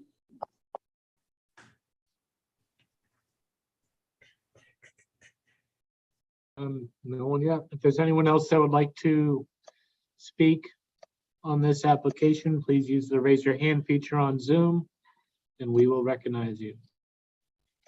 Going once, going twice. All right. Last call for anyone that's participating by Zoom to use the raise your hand function. to allow Mr. Rossetti to identify you as a speaker. All right, next are those, is there anyone that's participating by phone? If you have not already dialed *9, please do so at this time. Should be identified. No one's dialing in by phone. No one's participating by phone. Okay. Okay, Attorney Thomas, do you have a response at this time to any of the comments made by the public? Very quickly, for those that were made tonight, just would point out again, under your own parking regulations that you have drafted, adopted, and determined to be appropriate for multifamily dwelling units, we exceed that amount. There's no evidence, none whatsoever, of any evidence of any projects for residential apartments outside the city that have been approved over the last decade, outside the city outside the downtown area, that have any parking problem, period. The zone is currently C2 and R3, I believe. C2 could generate retail, as you can see in their office. You could generate another strip mall, as somebody identified, which is along there, and a strip mall would generate much more constant traffic. Again, if you want to do comparison's sake, on Bridgeport Avenue is the mark, substantially more apartments. And when it was discussed, when we did the approval of the mark, it was asked if we should have if OSTA was going to require a light, and the answer was no. There wasn't enough traffic generated to do it. I will present for the record, as I've done in many of these, the two cases, the appellate court case and Judge Berger case, that indicate that a traffic engineer is a traffic engineer. And relying upon observational things from neighbors or even commission members is inappropriate to rely on that over that of a traffic engineer. You have the right, if you actually feel that there is an issue, you have no evidence of it, you have the right to certainly hire your own traffic engineer. As far as a lot of the people that spoke about existing problems, I'm not going to go into that. As far as the school system, again, there is empirical evidence, actual evidence of how many school children are generated. I would also remind you that in a presentation a few years ago, it was pointed out that the city of Shelton enrollment has gone down over 1,000 students over the last decade. And finally, on the conservation issue, I strongly suggest that you might read the minutes and you should read the approval. The wetlands on the site that is being filled was completely degraded. We are actually enhancing the problem, and there is no chance that the city would buy that parcel across the street as open space to preserve it as open space. It is a commercial development that could be very well developed for that purpose and would have to address the same wetlands issue. And we believe we have done a substantial benefit to that from a conservation perspective. Thank you. I think that addressed all the current questions. We will address more if more come up at the next meeting. Maybe Mr. O'Leary can answer, but there was a question from Utilities, about regarding the utilities. electric or Oh, I'm gas. sorry about the utilities. Yeah, right. I don't know if Patrick can answer that question.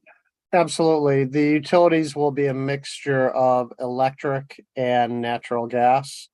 So be mixed use on that side.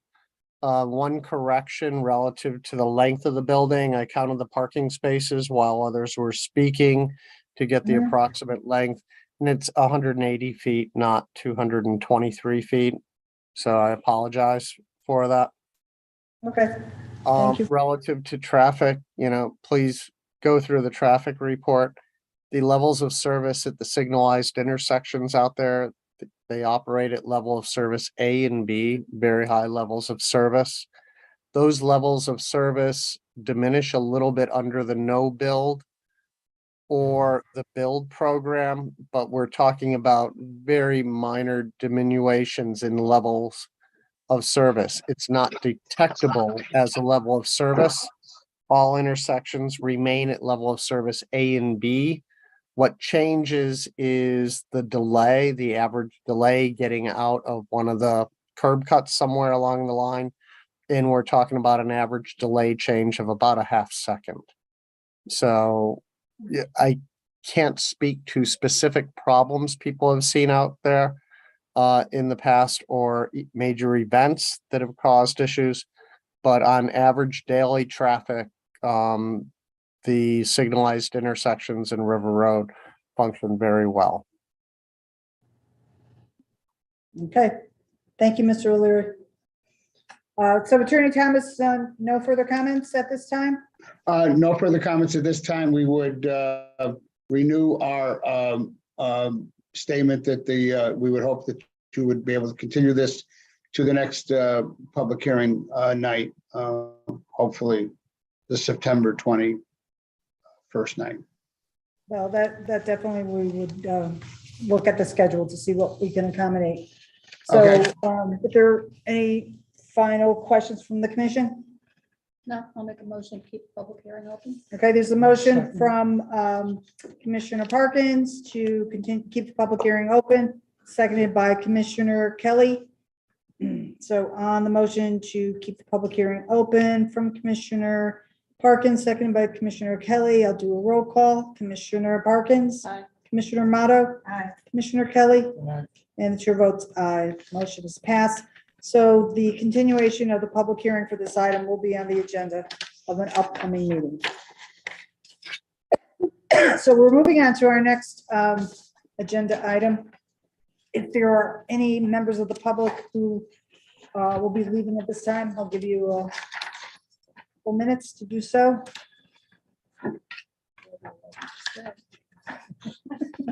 Always welcome to stay, though. Don't leave on our account. This. Ground floor plan and fourth floor plan. There's 9 on a floor. So there's 4 floors.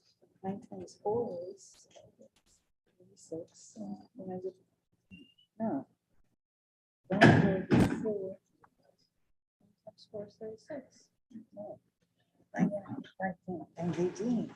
This is ground floor. That's second, 4th floor. So it's ground, 2nd, 3rd, 4th. So 4 times 18 per building. He's saying it's 36 per building.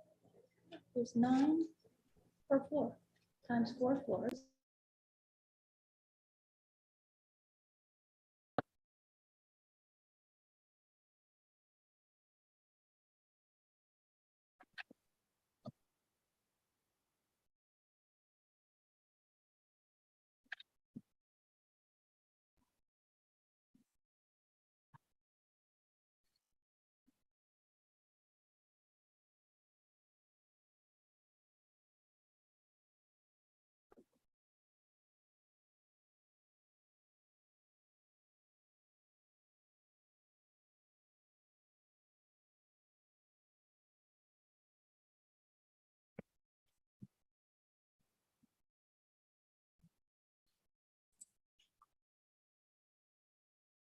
For Shelton Winair and Wholesalers Property Company at 10 Mountain View, Assessors Map 65, Lot 8 on 5.16 acres in an LIP zone for a special exception for a wholesale warehousing and distribution facility with business offices.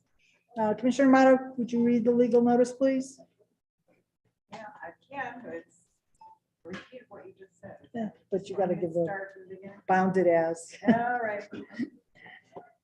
Initiation of application 22-19 done at Thomas for Shelton Winair Company and Wholesalers Company at 10 Mountain View, Assessors Map 65, Lot 8 on 5.16 acres in an LIP zone for a special exception for a wholesale warehousing and distribution facility with business offices.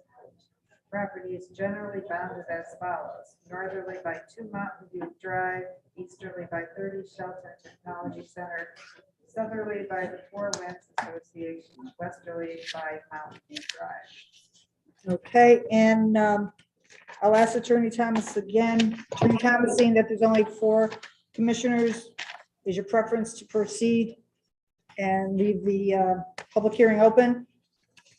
No, in this situation, my preference hopefully is to proceed and hopefully be able to close the public hearing. My clients in this case are, my client has a time frame, and which I will go into a little more detail with respect to construction of the addition which is being proposed, We are hopeful that this will be simple enough that the public hearing could be closed. The other members who are not present can review the video and review the minutes and be able to refresh themselves so that we will have a full commission able to vote as soon as possible. All right, so you're going to rely on the other members of the commission to watch the presentation on YouTube to. Yes, yes. Okay, okay. All right, so several documents submitted by the applicant have been available for review on the city's website, and they include the application for special exception, statement of use, site plans with and without seals, initial drainage report, and full drainage report. Mr. Rossetti, is there any new correspondence from the public that needs to be read into the record? No. Okay, and Attorney Thomas, go ahead, identify yourself for the record and proceed. Attorney Dominic Thomas, Cohen & Thomas, 315 Main Street, Derby, Connecticut, representing the applicant. I will state for the record, the applicant is listed as a contract purchaser. I was informed by my client that they have completed the purchase of the property, so they are also now the owner and the applicant. Wholesalers is the owner of the property, and the applicant, the business, is Shelton Winier. This is again, the notices and the sign posting were submitted and are on the website. We were able to contact the city engineer who did a report, which I'm not sure if it's on the website or was posted, but we were able to respond to the engineer's report. And I think Richard Hall is going to be handling this. We'll be able to address that. And we actually submitted to Alex and Rimis yesterday the plans that were revised slightly in response to the engineer's report. The one thing I would like to screen share before Richard gets started, if I may, is the GIS, which is a matter of public record, but I just wanted to be able to orient you. I know there's always a concern when these developments are near residential. This is Four Winds. And as you can see, number 10, I'm assuming you can see my screen, see my screen now? Yes. Okay, all right. Number 10, which is a former manufacturing and office building, which has been empty for a while. It's located right here. The addition will go right here in the parking lot, as you will see when Richard Hall makes his presentation. But I also wanted to stress to you that this is, of the buildings that are proximate to Four Winds, this is the farthest away, even with the addition. So you see that this is frankly up to the parking lot is over 200 and I think 70 feet or somewhere in that nature, 260 to 70. This one obviously is shorter to the parking lot, a little longer to the building. Actually, this building is almost 300 feet away. But as you can see, these other large industrial buildings and parking are very proximate to Four Winds. And one of the reasons is, even though it's mainly deciduous, as you can see, Four Winds is surrounded by an extremely healthy forested area. So I just wanted to give you that orientation for the site before I do it. You can obviously look at the sign photos, which are posted on sign, which will give you an idea of the fact that this is, again, a developed building. It's an existing building, and there's going to be an addition. So they are the business, the statement of use there. It's a wholesale distribution site. The statement of use explains what they're doing. They currently exist and operate over at 740 River Road. The lease will be running out, and you will be submitted a development proposal coming up soon for that 740 River Road. So they have to relocate. They would much prefer to be able to stay in Shelton. So they are taking advantage of going into the LIP zone, and your change of the zoning regulations to allow wholesale and distribution in the LIP zone. And they are taking over an empty building and now expanding it, as you'll hear, by 11,000 square feet. And if you don't have any questions, again, there is a time frame on this. They want to complete construction and everything within about a year or a little over a year, so they need to begin as soon as possible. As soon as your regulation was changed, we filed this application as soon as we could afterwards. So if there are no questions for me, I will turn it over to Richard Hall, who's the engineer on the project, and he can screen share, unless he wants me to screen share, he can tell me, okay? Attorney Spence, I do have Yeah. one question. And on Forest Parkway, do we have Shelton Wind Bath? Is that part of this company? No. I'm not aware. And Okay. I think in the audience is David Chambers, who's the who runs Shelton Wind area. I'm sure he can answer any one of your questions with respect to the business operation when we get Very to that good. point. Okay. All right, sir, go ahead, identify yourself. Everybody hear me okay? Yep. Very good. If you could allow me to screen share, I'll go ahead and. Richard, could you identify yourself and your address? Sorry, Richard Hall, the project development engineer from Borghese Building and Engineering Incorporated up in Torrington. What's that address? 1255 East Main Street. 55 East Main Street? East Main Street, Torrington, yep. Okay. All right. Go ahead, Mr. Hall. Yeah, as I said, if I could be able to screen share, I can. Okay, hang on one second here. And we're going to take it. All right. Everybody see that okay? Yep. Yes. Okay, so what I have here that I'll present first is our SP1, our site plan, which is I'm going to call it the 10,000-foot view so that we can get a feel for the site, and then we'll get a little closer in here in a minute. As Dominic mentioned, we have a 31,290 square foot building on site ready. Our proposal is to add an additional 11,000 square feet to the south of the building. So doing relative to drainage and parking, so on and so forth, we have a detention pond that we intend to install out back to capture the drainage from the existing roof. We have additional drainage that we're putting in under the building and out connecting to the existing drainage system in front of the lot. In front of the building, there's a parking turnaround area. As you see here, you can see superimposed over the pavement that currently exists on the site. You can see that we're not really largely increasing the impervious surface area of the site. The truck turnaround area that I just mentioned a moment ago is there with the intent that we will have trucks able to come onto the lot, turn around and back up the docks without having to remain in the street, and thus not any inconvenience to anybody in the area relative to traffic.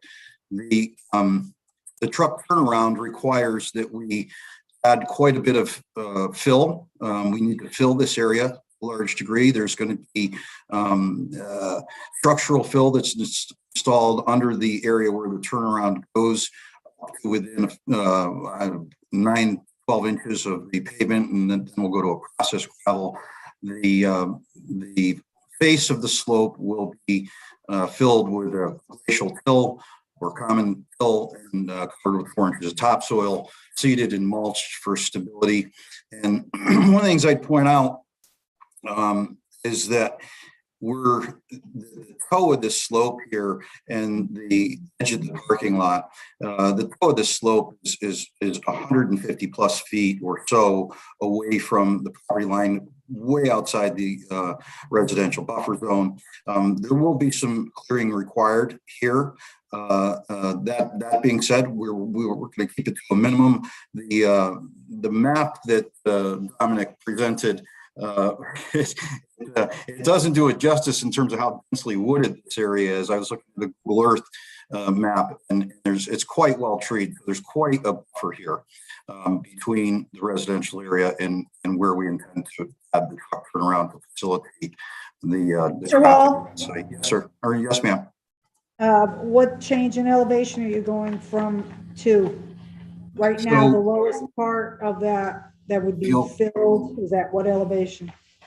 Well, if you'll allow me to just zoom in here, we're gonna read the map. So the edge of parking lot is 282.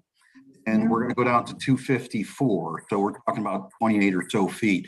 That being said, if you look at our elevation lines, our proposed elevation lines, you see that they're more widely spaced than the existing elevation and contour lines, indicating that we're gonna soften that slope.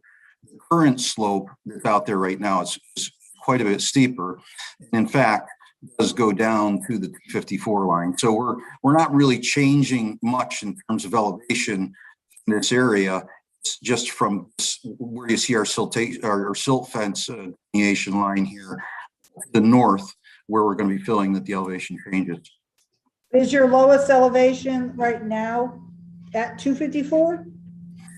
This being the lowest elevation, 54, where we blend into the existing contours. What about the all the way to the right, closest to Four Winds? We've got that dotted line after the last elevation. You know, what's that now? That's a silt fence line.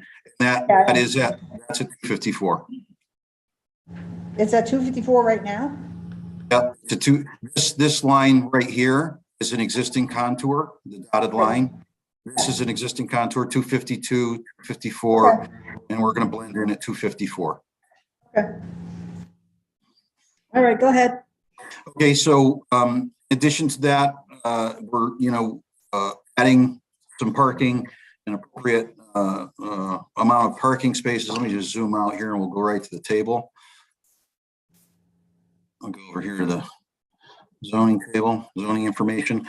So relative to parking, there's 30 spaces, total spaces required. We're proposing 42 total spaces based on the calculations that you see here. What else do I want to say about it? Site lighting, there's a light posts here, and here in the front parking lot. There are no light posts here around the perimeter of the parking area. Site lighting will be typical wall packs and so forth to illuminate the parking areas and the truck turnaround area. What else? We're going to changes to the front of the building. You can see where we're pulling back this island just a little bit. Okay, to rearrange the parking. We're actually adding a couple of islands here. This dotted line that you see here, there is currently an island or some grass, some lawn across the front of the building. That will be eliminated. This will be an island which is landscaped. When we get to landscaping plan, you'll see that.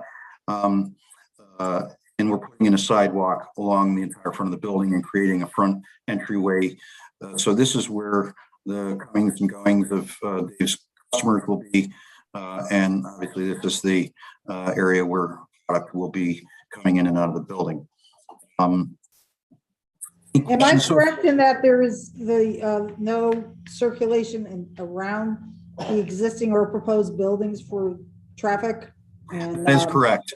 So here's our back property line.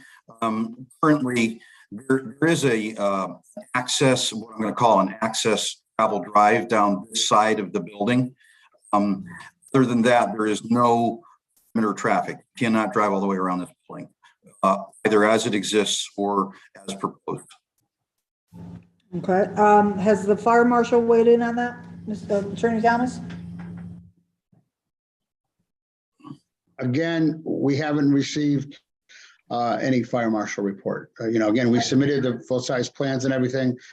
We haven't received the fire marshal report. And we did receive, like I said, about a week ago, we received the engineer's report. Okay, thank you. Go ahead, Mr. Hall. Okay, any questions on anything thus far from the commission or? Yeah, what, is there an alternative to pushing that fill out? Honestly, I don't believe that there is. There will not be adequate space on the lot to turn a tractor trailer truck around without filling this area. What about a 3-point turn where you have a slot, you pull into the slot and then back up to your space?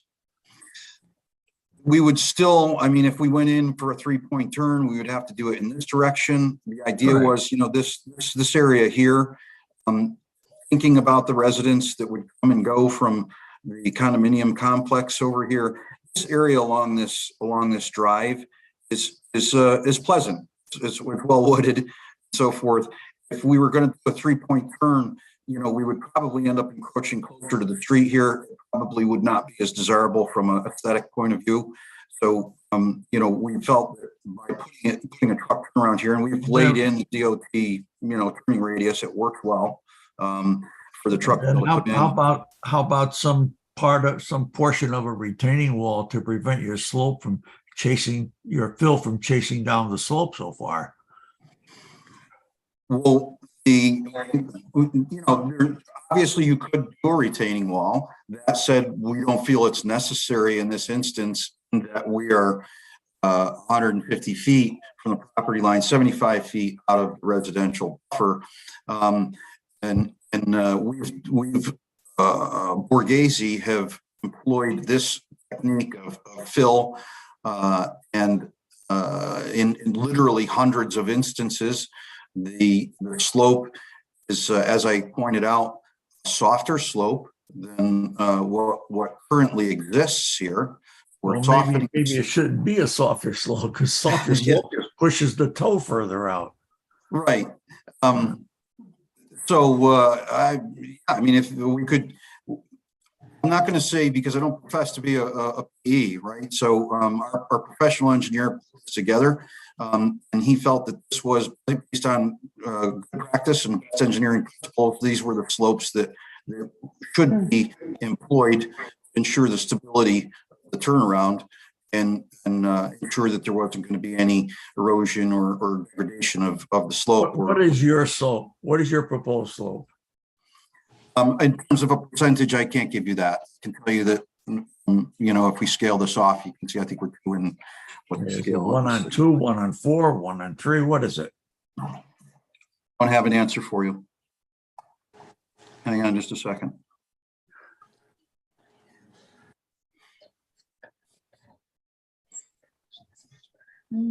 We're 2 feet for every gradation line.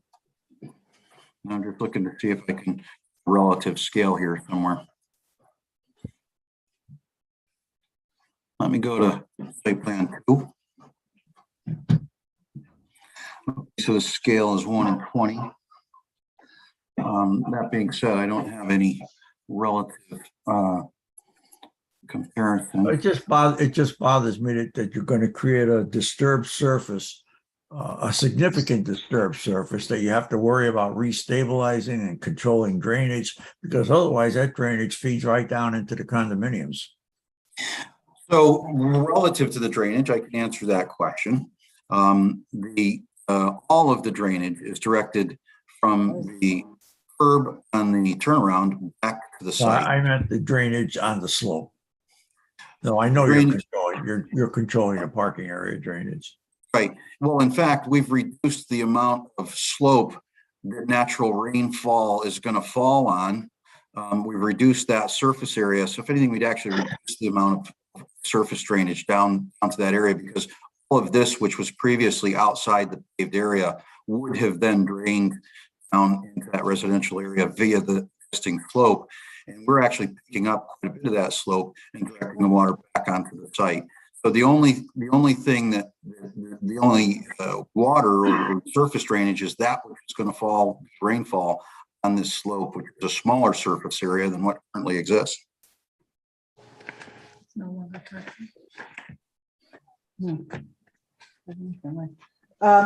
Mr. Hall, Yes, ma'am.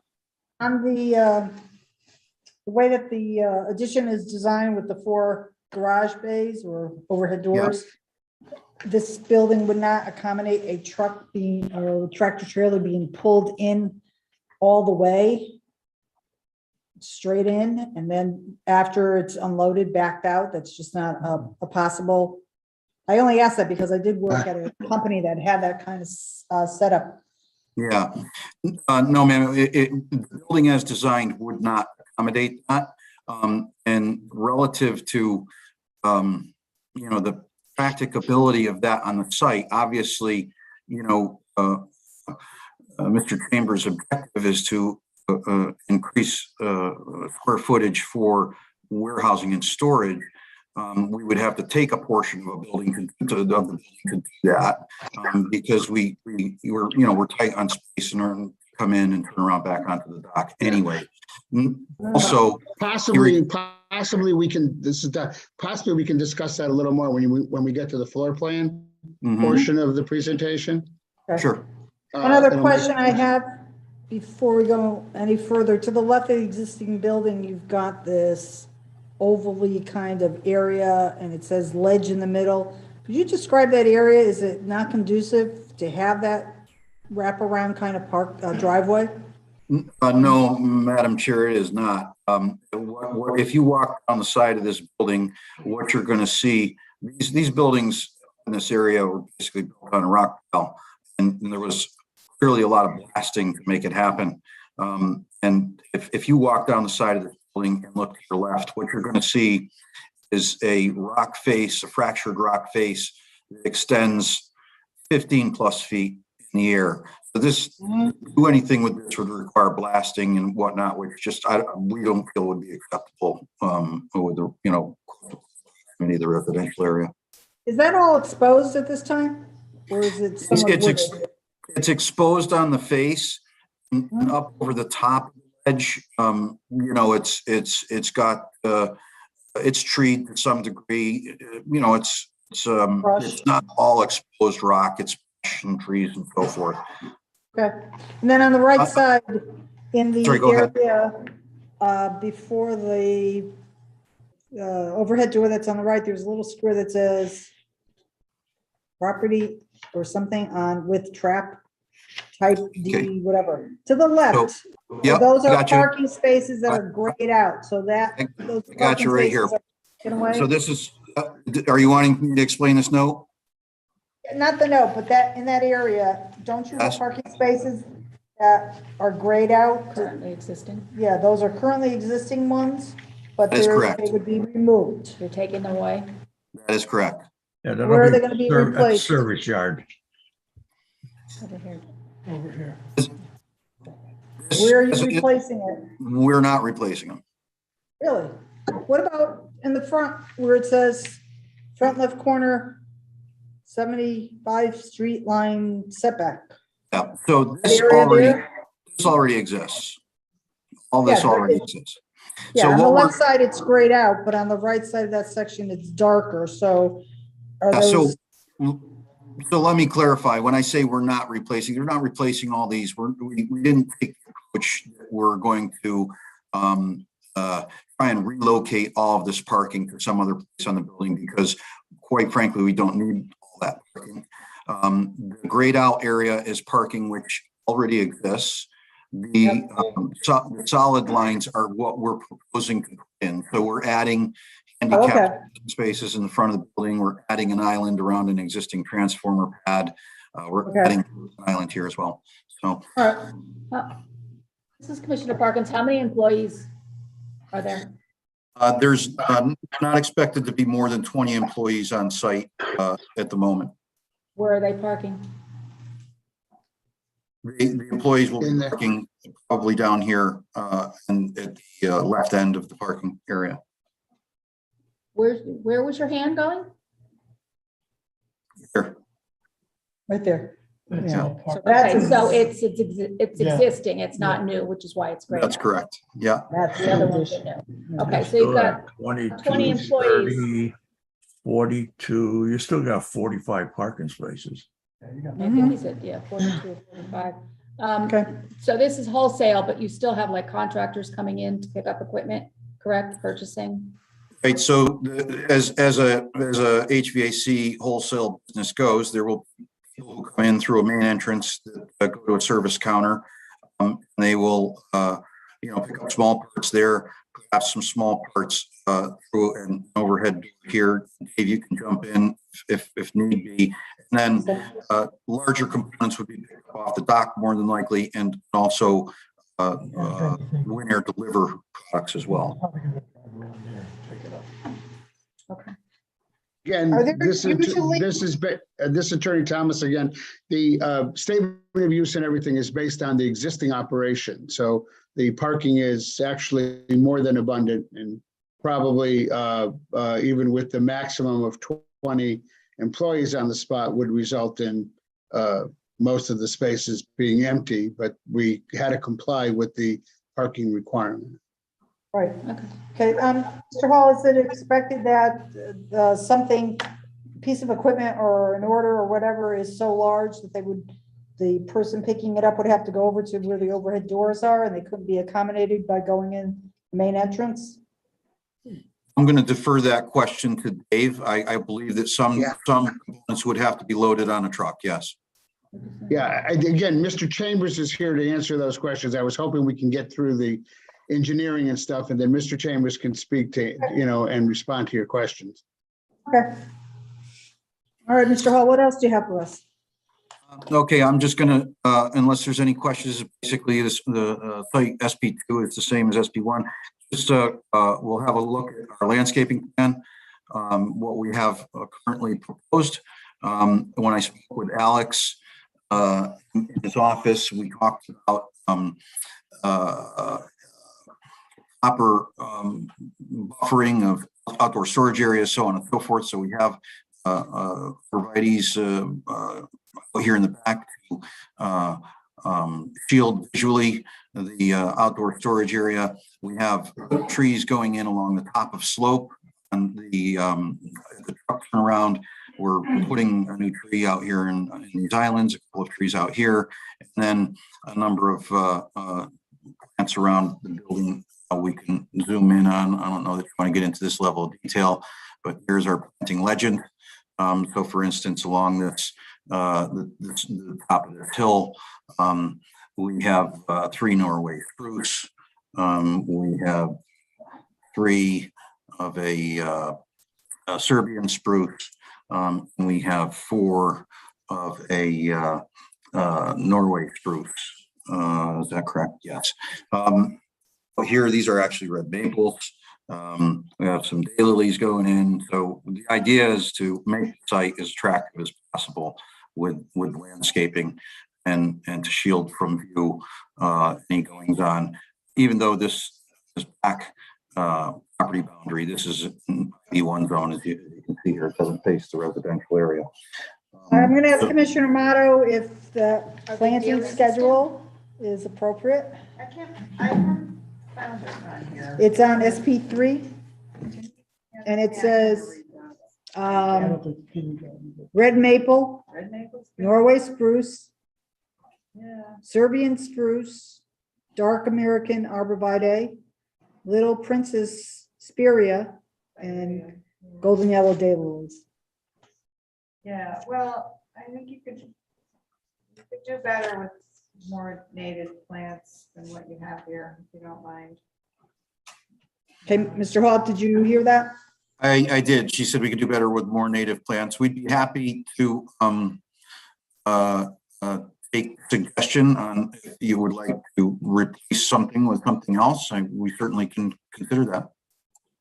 Okay. Yeah, well, I'm pretty sure you can figure that out, right? I don't know that I need to make specific recommendations, but off the top of my head, certainly not. So my to understand, you just like for us to make sure that the species are native to the area. You can do that. I would appreciate it. Yes. Okay, very good. Are they deer resistant, those trees? What's that? Are they deer resistant, Well, they those gotta trees? figure that out, but certainly the daylilies are deer food. Deer food heaven. There's a lot of deer up there, so. Yeah. Anything that's not, that they're gonna enjoy is gonna get eaten up. Yeah, well. Yeah, well, there's actually quite a lot of daylily out there right now. How do you propose to treat that new slope you're creating? So we have that, actually, if we go back to SP1, we did a fill narrative. I'll just zoom in on it because that was one of the questions that was asked by the town engineer. So you can see there in our fill narrative, if we go down, it explains exactly what we're using for fill, compacted in 1 foot lifts with a 10-ton vibratory compactor. We talked about the process, gravel, glacial till. The slope fill and pavement fill will be constructed simultaneously so that we are fitting things up appropriately. The slope will be covered with 4 inches of topsoil seeded and mulched to provide us a stable surface. So we will seed it in addition to the plantings that we have going in there. For the, I'm going to call it, I'm not going to call it that. When we talk about slope stabilization or slope erosion, right, the slope is going to be stable by virtue of the way that it's constructed. I appreciate and understand your concern relative to surface erosion from drainage and whatnot, and that will be handled with topsoil seed and mulch. And paying attention to fill in the gullies. Yes, sir. Mr. Hall, what sheet is that on? This is on SP1. I'll zoom back out. Sorry if I hop around a little too much for you guys with the mouse. Newer version, because, I got this big one too. yeah. It it's may not- be on the version that was done in reply to the engineer's report. Okay, That That was is the one that correct. was submitted yesterday, okay? okay, And that was one of the engineer comments. He wanted that on, so we supplied, Mr. Hall supplied that. okay. So the updated sheet would have to be posted. Okay. Right. Is sodding that slope out of the question? I wouldn't say it's out of the question. My concern is drainage that works its way all the way down to the condominiums and creates a problem that we don't have today. Mm-hmm. I don't. Well, again, I'll just reiterate, not necessarily to just be repetitive and dogmatic here. The amount of surface that will drain to the residential area is actually being reduced by the increase in impervious surface. Yeah, but that surface is stable today. It's Right. been there for years. And now you're going to go put a layer of fill on top of it. Now Right. we've got to stabilize that layer of fill that you're putting on top of it. So there are measures, as you, I'm sure well know, in talking with our professional engineer, if necessary, if the commission requires it. There are, there's sod, there's stabilization fabric.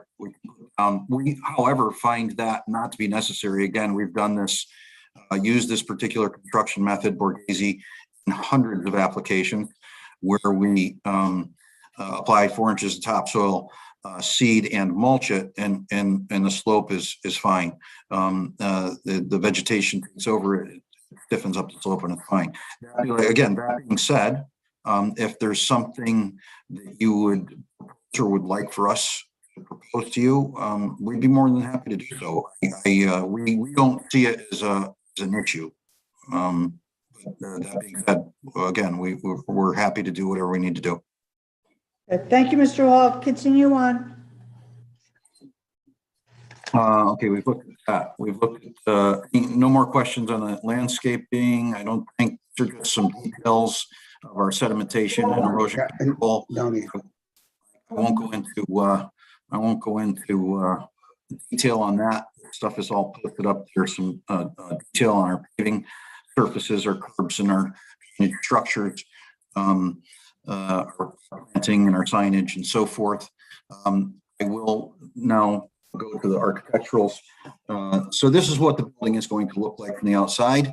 The colored portion of it, obviously, is the new portion of it. We've two-toned the building to make it attractive. So it's a terracotta on top and it's a regal white on the bottom. We've been sensitive to trying to match as closely as possible the colors of the finishes on the existing building. So this is what we'll see from the front of the building. This is the existing front face of the building. This will be a new entryway. This will be an overhead door for parts pickup and so forth. And then the shipping doors. This is what you will see from the front of the building, obviously less the landscaping. This is what the back of the building looks like. We have a 12-12 overhead door here out into the back area, as you saw on the site, and there is some outdoor storage, and this is where we access the outdoor storage from. Here we're looking at the south elevation, existing office area here. New warehouse here. This is a set of stairs that you've seen on the site plan coming down between the two loading docks. These overhead doors are existing and they will remain. Not such an interesting side of the building. This is the side that faces the ledge that you were asking about, Madam Chair, in the previous discussion on the site plan. So any questions relative to the external appearance of the building? What side faces the Four Winds? This side right here faces Four Winds. That side. And it's lower than Four Winds or higher? It's higher than Four Winds. You're talking about the south elevation. Yes, yes, ma'am. That's the elevation that faces Four Winds, that's south elevation. That is correct. Is there tree cover or is this building going to be very visible? So let's hop back to the site plan for just a second. If you'll note, this is the existing tree line, right? So in the area where the building is going, it doesn't even quite extend to the extent of the existing parking area. So we don't anticipate having to do a lot of clearing here on the slope. So it will remain treed. So there will be the existing vegetation, much of it will remain here. I guess my question was the visibility from Four Winds, the folks that may look out their window or whatever right now and see just a beige building are now going to see a bright red building. That's my well, I don't know if they're bright red. I think yeah, that was just done. That was just done to identify the new portion. That's correct. To the earlier comments in the first application. Architectural, it looks red. Yeah, these are architectural drawings, and quite honestly, they don't do the colors justice. It's very difficult. Yeah. It's going to match the existing, right? It's just going to be the same. When we say match, we're careful to say it's not going to match exactly. We actually went out there with a color chart, Mr. Chambers and myself, and we looked to choose colors that would work as best as possible with the existing building. Yes. I'm not going to tell you they're an exact match. That's just. The existing building is that color or similar to that color? Yes, I do have some pictures here that I could pull up. This existing building is masonry here on the bottom. Masonry is kind of a beige color, which matches the regal white really well. The remainder of the building is a dark color. It's quite dark. It almost looks bronze, and the terracotta was a darker color that will most closely match, we thought. Right, Mr. Hall, as we've requested in the past with other applicants, if you could supply a sample of the exterior treatment to us, it doesn't have to be big. Okay. A little brick. Okay, so the building is currently that color, is what you're telling me on the top. Similar to what you're proposing, showing for that. Hang on one second. There we go. Who popped that up? I think Mr. Rossetti did. Oh, yeah. So thank you. That was you, Alex. So the building, in terms of materials, the building itself is going to be the same type of siding that you see on the front of this building. We're not putting masonry on the building. So on the lower portion, what we're doing is we're carrying the masonry line across the front of the building for aesthetic purposes in the lighter color on the bottom and a darker color on top, like you see on this building. Okay, it's similar to that color, not the bright red. Yes. Yes. Okay. All right, that was my question. Thank you. And the other point in Alex's first thing is, while they're mostly deciduous, you can see how high the trees are. Yeah, I'm sorry, that's Dominic. That's a great picture there. Yeah, excuse me. And also from my original GIS picture, you can see that the other buildings that surround this are much closer. And much closer to Four Winds. So Four Winds, if you go to Four Winds, if you live in Four Winds, you're living abutting a light industrial zone with substantial development around you. However, as it says, and as Alex is showing now, there is a substantial treed area. And as you can see in some of the other buildings are a lot closer. When the leaves are off the trees, they would be a lot more visible, much more visible than looking through a 100 some odd foot forest of even trees that have shed their leaves. Okay. What else do you have from us, Mr. Hall? Unless Do you have there's, a floor plan? I can put up a floor plan. You're gonna have to give me just 1 second, Dominic. There's really not much to the floor plan. You see it on the site plan. Excuse me. Where are you? Where are you?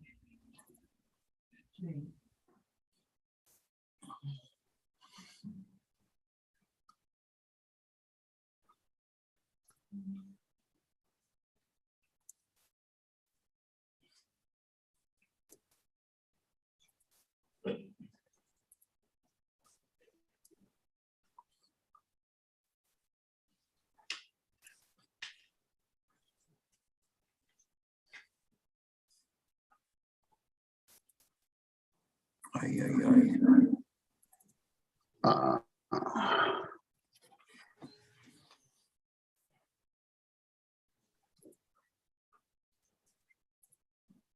Let me go Oh, to I some- can find sheet A1 and A1A. Just give me some of these drawings closed and I'll see if I can get it to come up.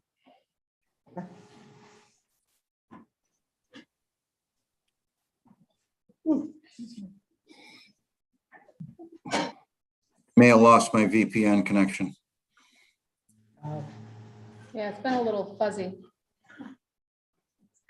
Little warbly, warbly is more the word, warbly. Yeah, I've lost my VPN connection, folks. Dominic, do you have a site plan that you can, or a floor plan that you can? I'm trying to look for it at, hold on 1 second. Let me try and reestablish my VPN. Rosetti is bringing it up right now.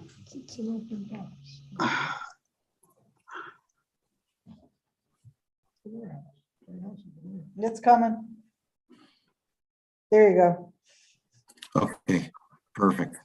My VPN's on the way back, but we won't wait for that. I am now connected again. Get you guys back showing up on the screen, I'd be happy.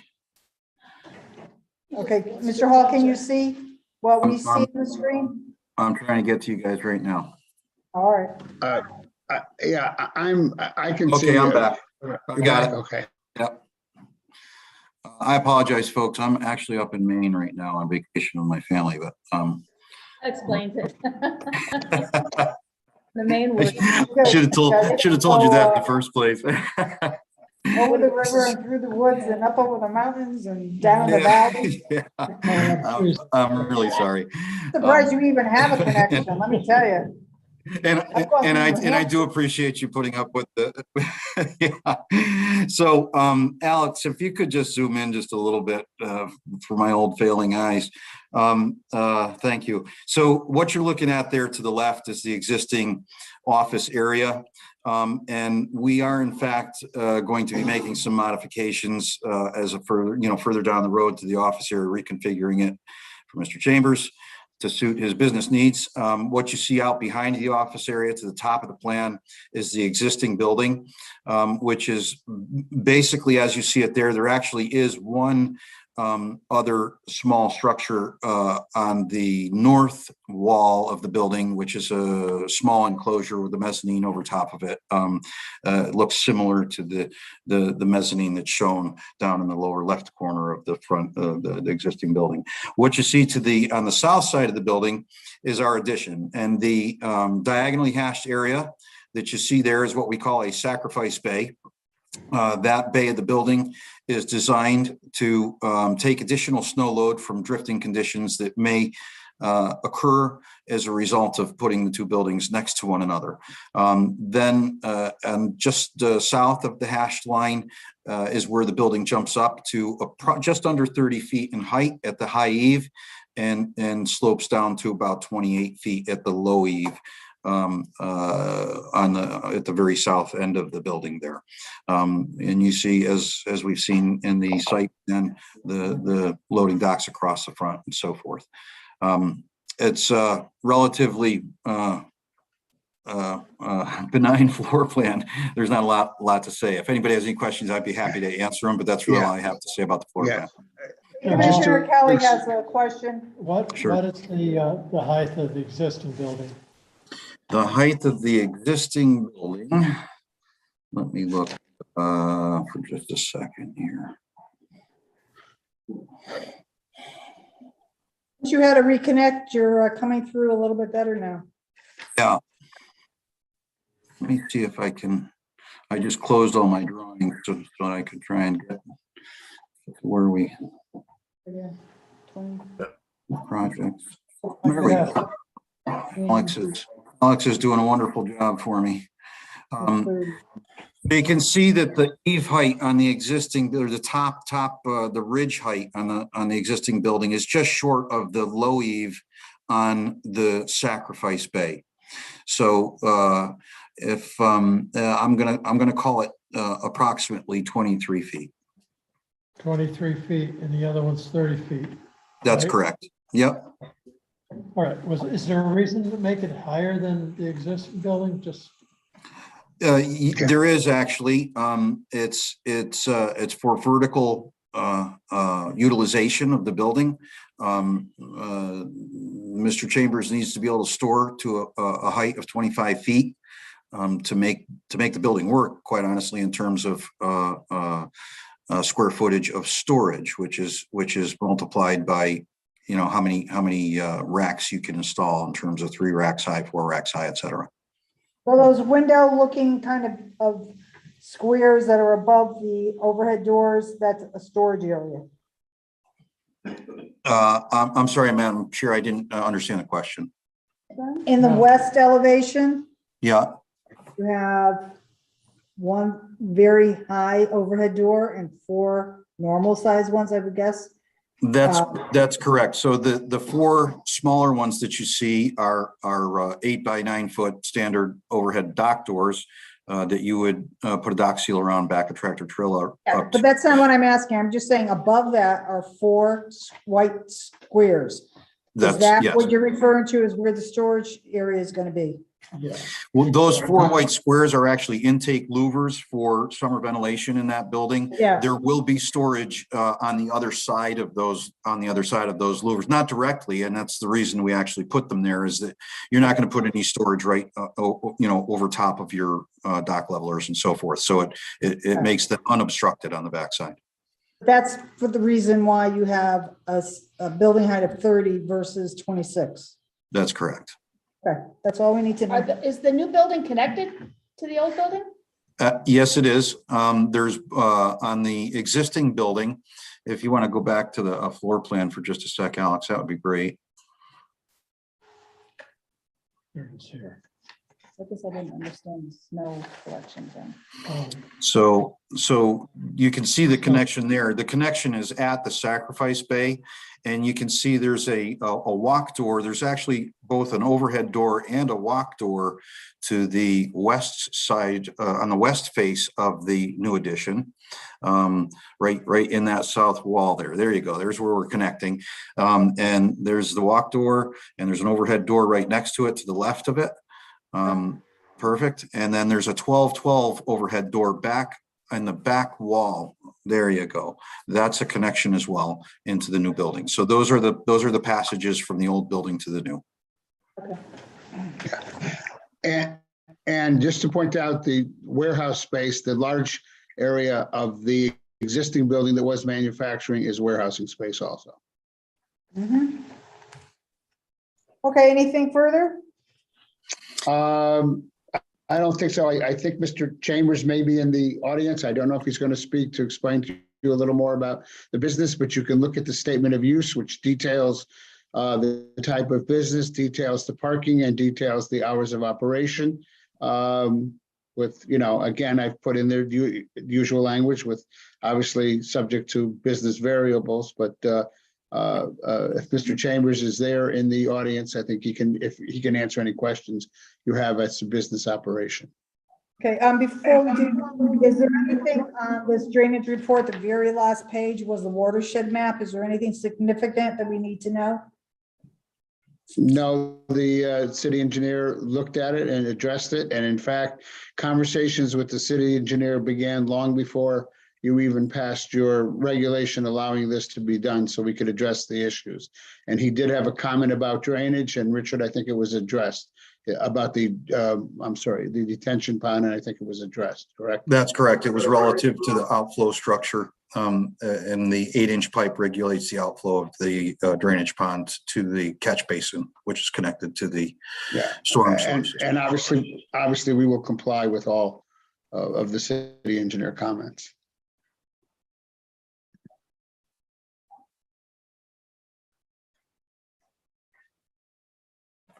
Mr. Chairman, you're on mute.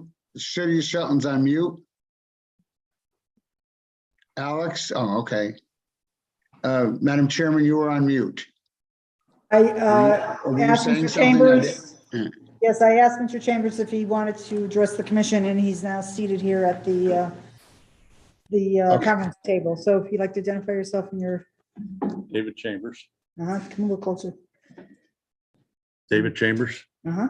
I live at 103 Bargate Trail in Killingworth. Okay. And your position at the company? I'm president of the company. Very good. So what would you like to share with us? Well, I think someone's asking about what we do, what our business model is. We're a wholesale distributor of heating and air conditioning equipment and supplies. We do not sell to the general public. We don't advertise to the general public. If they come in, we don't throw them out, but we won't sell them anything that has electricity running to it. Okay. So most of our business is customers coming in for air filters, quite frankly. Yeah.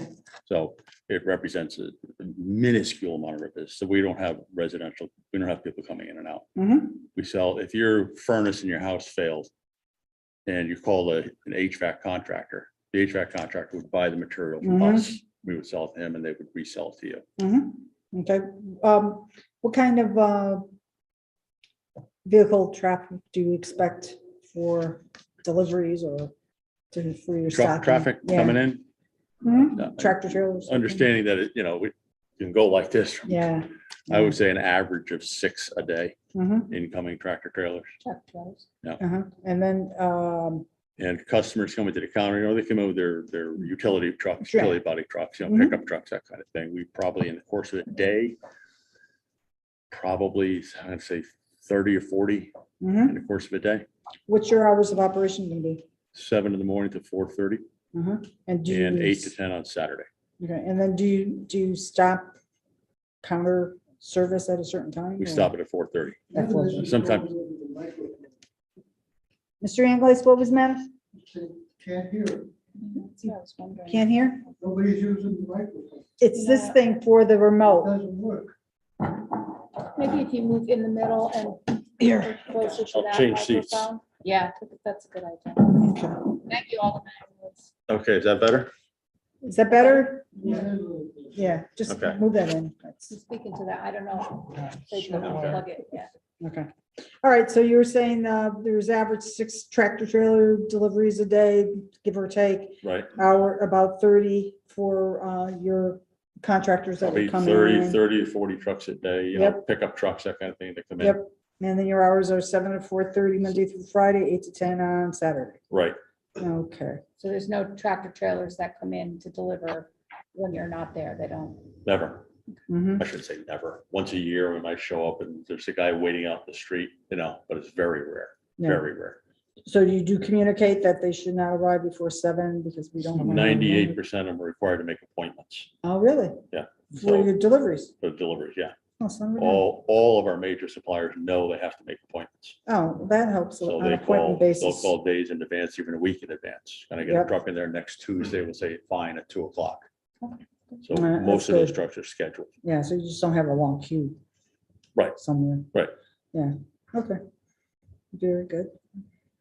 I don't want and- to stress, we're not open to the public, if you will. We don't Right. advertise to the public. We don't sell products that Mhm, appeal to the public at large. mhm. Well, we just had a train system installed last week. Well, we sell American Standard, which is the sister brand to Train. Okay, Do-it-yourselfers. Comes out of the same factory. no, but we're gonna have to replace a filter at some point, or something, from what I understand. So, Curious, what's your catchment area? Like your customers come from? Customer- How The far vast area? majority of the customers that come to the counter, 90% of them are within 10 miles Mhm. of our office. Okay. We deliver all through Fairfield County Okay. and the lower end of New Haven County with our Mhm. trucks. Okay, so you make Deliveries too. Yes, we make Ah, deliveries okay. as well. Mhm. Okay, Yeah. very good. Mr. Panico, do you have any questions for Mr. Chambers while he's with us?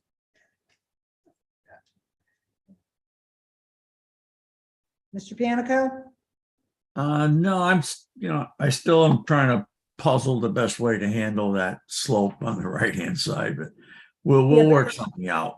No, I'm just wondering, do you have any questions for Mr. Chambers while he's here about the No, business no, I operations? have a couple of technical site issues, but that's okay. It doesn't affect Mr. Chambers. Okay. Any other commissioner have any comments, questions, or concerns for Mr. Chambers? No? You're good. Thank you. Thank you. Mr. Attorney Thomas, what's next? We have nothing further in the presentation. I think we've covered all the bases, and I think any other issues could certainly be handled in consultation with your staff. Mhm. Okay, so let's move on to the public portion, and on the sign-up sheet for application 2219, there is no one. Is there anyone from the audience? Mr. English, come on up to the, I will sign you in. Easy daisy. Yeah. Yes, over here, John. I'm gonna show you here. Can you, just have to make sure Mr. Panico is gonna be I'm able to gonna show hear you you. how the microphones work. That one doesn't. This one does. Wow, does it ever? All right, go ahead, Mr. Anglais. The problem is you gotta have these microphones close here, you gotta have the button on. Are the buttons up? The John Anglais, 676 Long Hill Avenue, Shelton. The first question I have of the applicant is, you say in the application, warehousing, wholesaling. I seem to recall that in your present structure, there is retailing as well. Can you confirm that there is no retailing going in this new location? If so, that raises a number of questions about parking for retailing. Yeah. The hell is he doing? I mean, What? I just, you're changing, seems to me that you're changing the way you do business. People go down there and retail, I believe. All right, No. whatever questions, wait a minute. I'm talking, everyone. No matter what everyone thinks, let Mr. Anglais present his questions, and then the applicant will respond. So, Mr. Anglais, you have one question about, is there retail or not? Right. Okay, and if there is, address the parking issue. Okay. in Retail, all right, go and ahead. how it doesn't. So that's interfere with the- two questions, with all the right. Warehousing operations, and trucks. Mhm. I think it's a good idea that when anyone wants to stay in Shelton, I think we ought to do whatever we can to help them stay here. No. I share Tony Panico's concern about the sloping fill and the issue that it may cause with the condominiums, the joining condominiums. And believe me, we'll know real quick and real fast if we do have a problem. But if you can address that, as Tony says, and I'm sure Tony will spend more time with you on it, that would be good to head off any difficulties before they happen. All right, so is this, the design of the slope Yep. appropriate? Okay, what else do you have? I think that's all I had, other than the fact that I've sat here all night. I'm in pain because I can't hear what's going on, and we're not getting across in the system, in the house. And I'll speak to you separately and privately about my concerns about the technology and the use of it, and how it comes across because this is the first time I've attended one of your meetings, and I did it specifically for Mhm. the technology and see how it's working. Okay. All right, so, John. Mr. Attorney, yeah.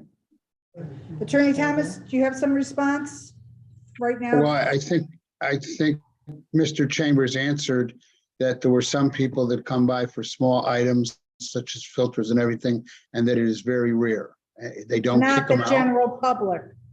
Yeah, no, he said somebody from the general public would come by.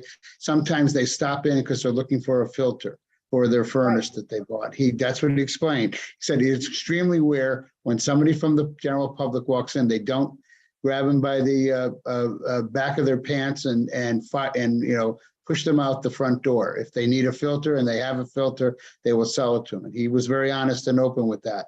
And 99% is the wholesale distribution business.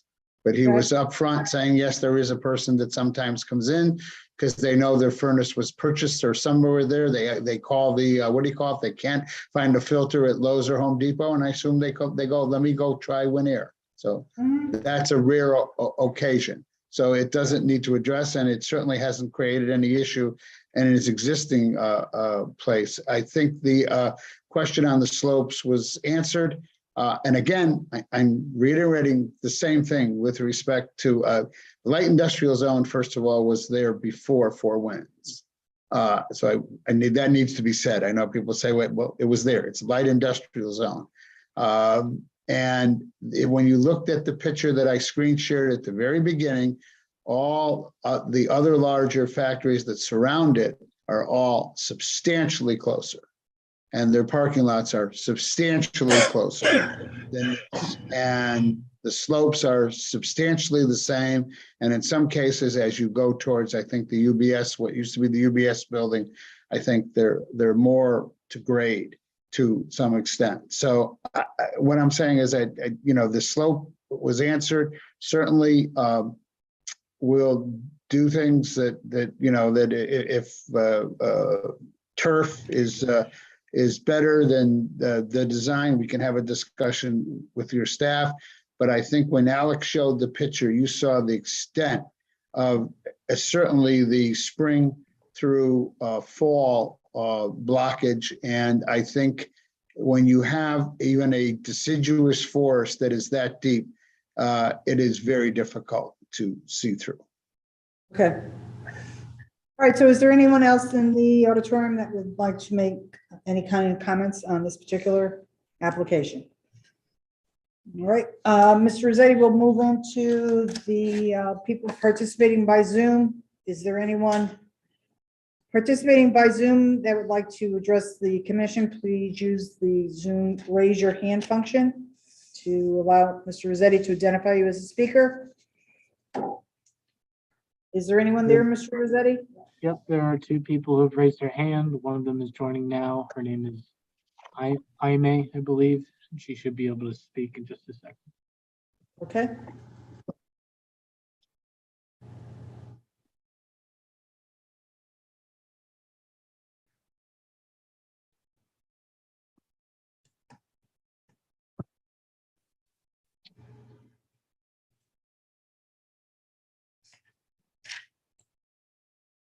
Aime, if you could unmute yourself, that would be great.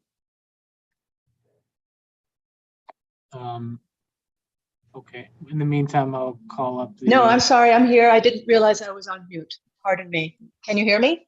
Yep. Yes, we can. Go ahead, ma'am, and identify yourself and your address, please. Yes, my apologies.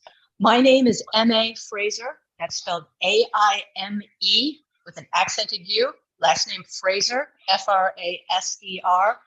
I'm the vice president of the Four Winds Condominium Association, and my address is 23 Bunker Hill Circle in Shelton. I'm here to see what's going on, and I do have to say that generally speaking, we're quite happy with this. ECA was our neighbor, and ECA had similar operations with similar numbers of vehicles going in and out.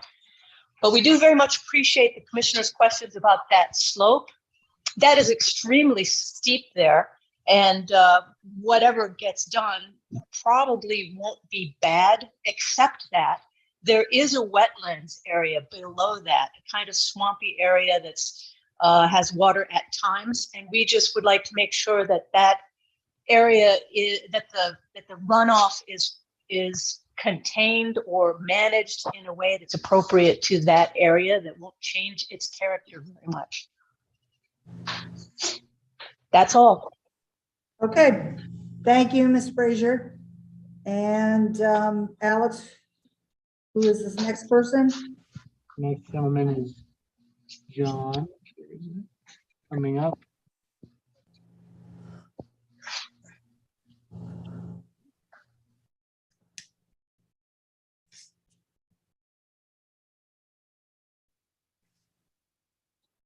Good evening, I'm Karchek, 1 Lakeview Avenue. Ms. Frazier actually perfectly shared my sentiment. So not much to repeat other than to second her notion. One additional thing to add is that which is looking to be seeded or the area around that area.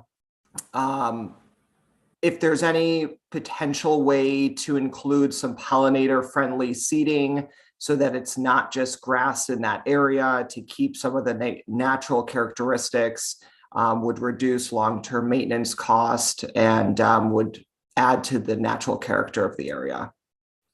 Okay. Very good. Anything else, Mr. Yurchek? John? Nope, okay. All right, last call for anyone listening in on Zoom. If you'd like to address the commission, please use the raise your hand function. Okay, and we'll move on to anyone participating through phone. Is there anybody there? No. Not at all. Okay, you're good. So that's the public portion. So what is the, Mr. Attorney Thomas, rather, do you have any final comments? Only to ensure that if we plant pollinator-friendly plantings, that they pass Commissioner Motto approval. Okay. I like the sound of it so far. Got to save our bees. These are very much so. Okay. All right. So seeing that there's no further questions, what's the commission's pleasure in this time? I would close the hearing. So is there someone that would like to make a motion? I'll make a motion. So Commissioner Kelly's made a motion to close the public hearing for application 2219. Is there a second? A second. Commissioner Motto is seconding the motion to close. So on the motion to close the public hearing made by Commissioner Kelly, seconded by Commissioner Motto, I'll do a roll call. Commissioner Parkins? Aye. Commissioner Motto? Aye. Commissioner Kelly? Aye. And the chair votes aye. So this item will be on the agenda of upcoming meeting for discussion. All right. Thank you very much. And again, I just would have to make my pitch on behalf of my client that hopefully this could be on the September 13th meeting for discussion because of our time frame. Yep, staff will try to accommodate you at possible. Okay. Thank you very much. Appreciate it. Thank you. Have a good night. Thank you.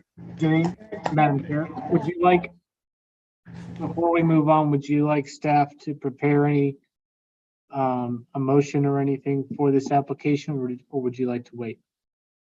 I don't think it would be a problem. I don't think there'd be any objections for staff to move ahead with that. Is Tony going to deal with You're going to be working with Mr. Pianico to make sure all the concerns are met? Yes. Yep. Yeah. Yeah, just as long as there's collaboration on that. Okay. All right, are we ready to move on to the third public hearing? Okay, is the applicant present? Yeah. I just want to ask, are you represented by counsel? Yes. Okay, so that's Mr. Proto? Okay, and Mr. Proto, like I did for the other two applications, because we normally have 6 members present, but only 4 tonight. Do you have any concerns about moving forward at this time? As long as the other two can listen, watch, view, whatever we need to do, paint it with some smoke signals, we're Okay, you good. do have YouTube and, Do you want us to sit here at the podium? How? No, it's best to come up here for this. But we are gonna, you allow us like 5 minutes? Sure. Thank you. Recess. Turn up the, turn down the air conditioning while you're on it. I don't know about that. Feels no. It's not that What's that? hot. It feels, it's comfortable. Cold or you hot? Freezing. Oh. Freezing. Yeah. I gotta get up and get some steps There anyway, you go. so there we go. Close that ring.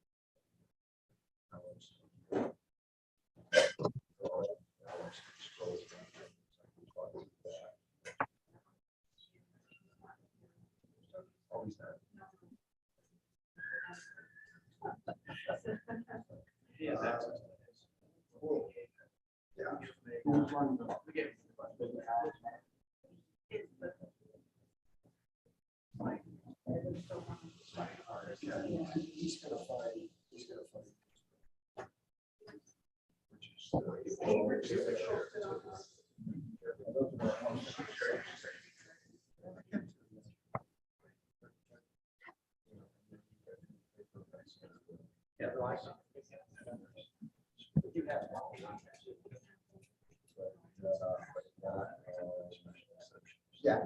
Yeah.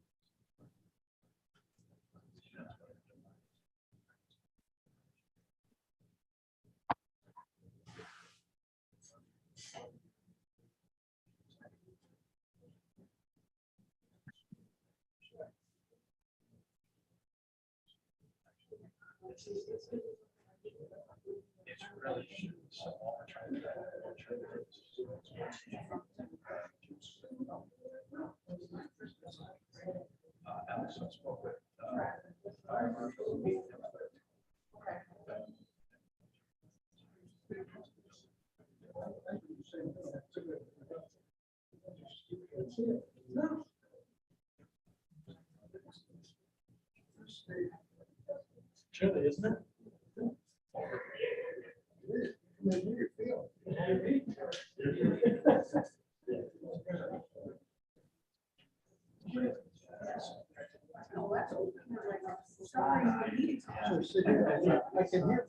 Yeah, that's why I said stay there. I can hear better.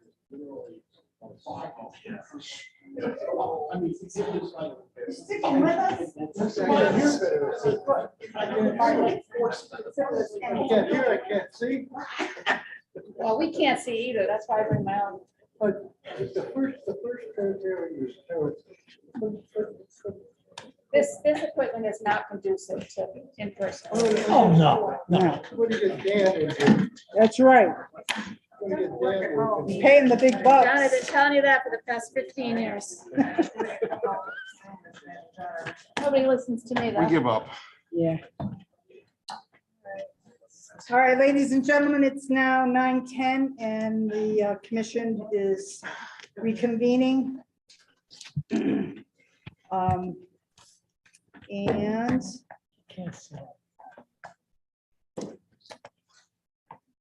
right, so this is the initiation of the public hearing for application 2215 J&L Enterprise LLC.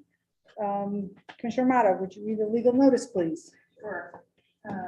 Initiation of application 22-15 J&L Enterprise LLC at 6074 Todd Road, Assessors Map 63, lots 19, 21, and 22 on 2.49 acres in a IA3 zone for PDD and initial development plan approval of for 94 apartments and a daycare facility with on-site parking. Property is generally bounded as follows: northerly by 40 Oliver Terrace, easterly by 4090 Oliver Terrace, southerly by 466 Bridgeport Avenue, and westerly by Todd Road. Okay, thank you. There were several documents submitted by the applicant that have been available on the city's website, including a zone change application and cover page, a statement of uses and standards, a statement of uses and standards for light industrial development, an engineering report, site plans, revised site plans, and a letter from the fire marshal. Mr. Rossetti, is there any new correspondence from the public that need to be read into the record?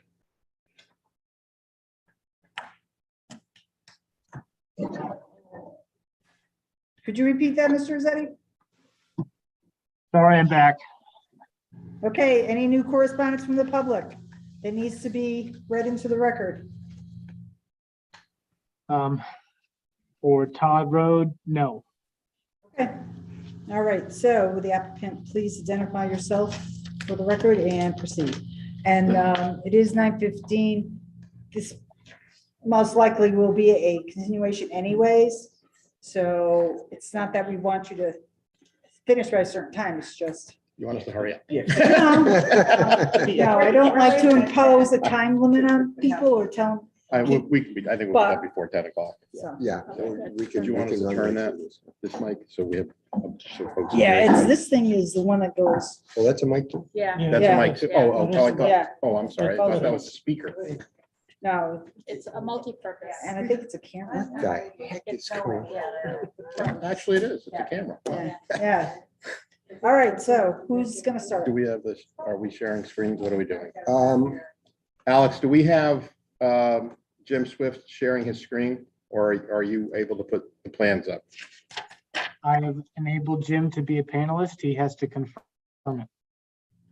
You have to confirm someplace. All right.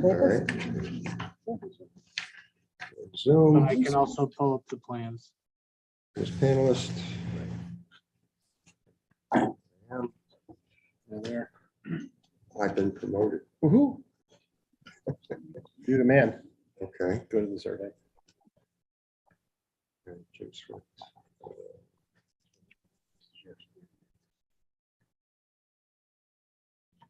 This carbon paper and rotary phones.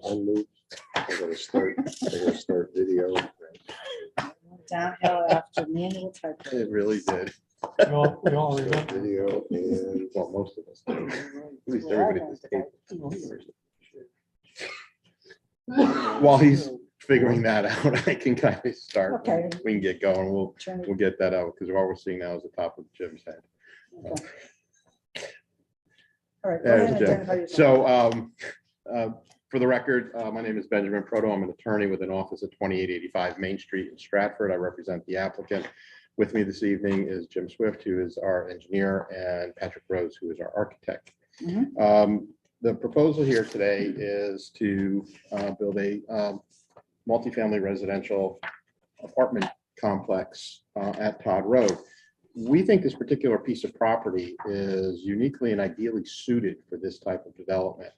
I know you know Todd Road, but for the record, Todd Road is off of Bridgeport Avenue, and there is a buffer between Bridgeport Avenue and Todd Road that ranges in width of 80 feet to approximately 140 feet. It is served by two entrances. Todd Road enters Bridgeport Avenue at two locations. The south location is controlled by a traffic signal. To the north location is a stop sign with a traffic signal a few hundred feet north of that at the Walmart entrance. And behind us is a very steep wall connecting back to full industrial use. There's no residential properties within the area.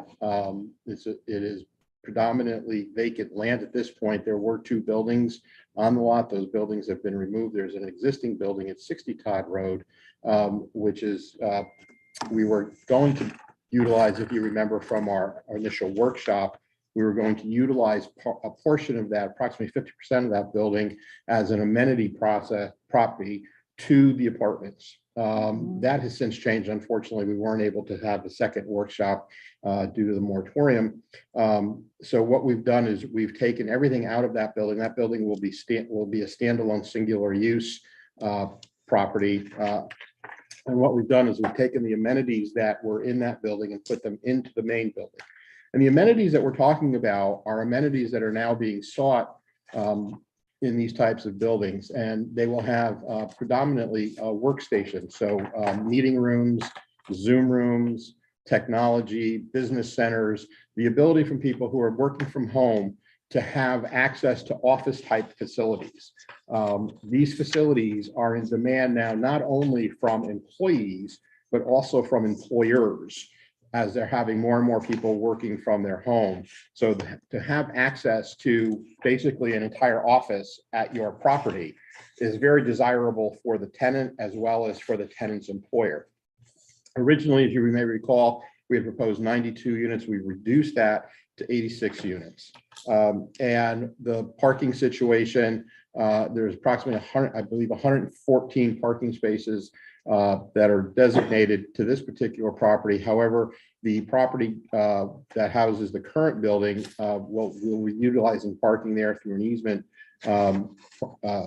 parking easement, to allow us to reach the minimum number, and we'll actually exceed the number of parking that is required for this particular property.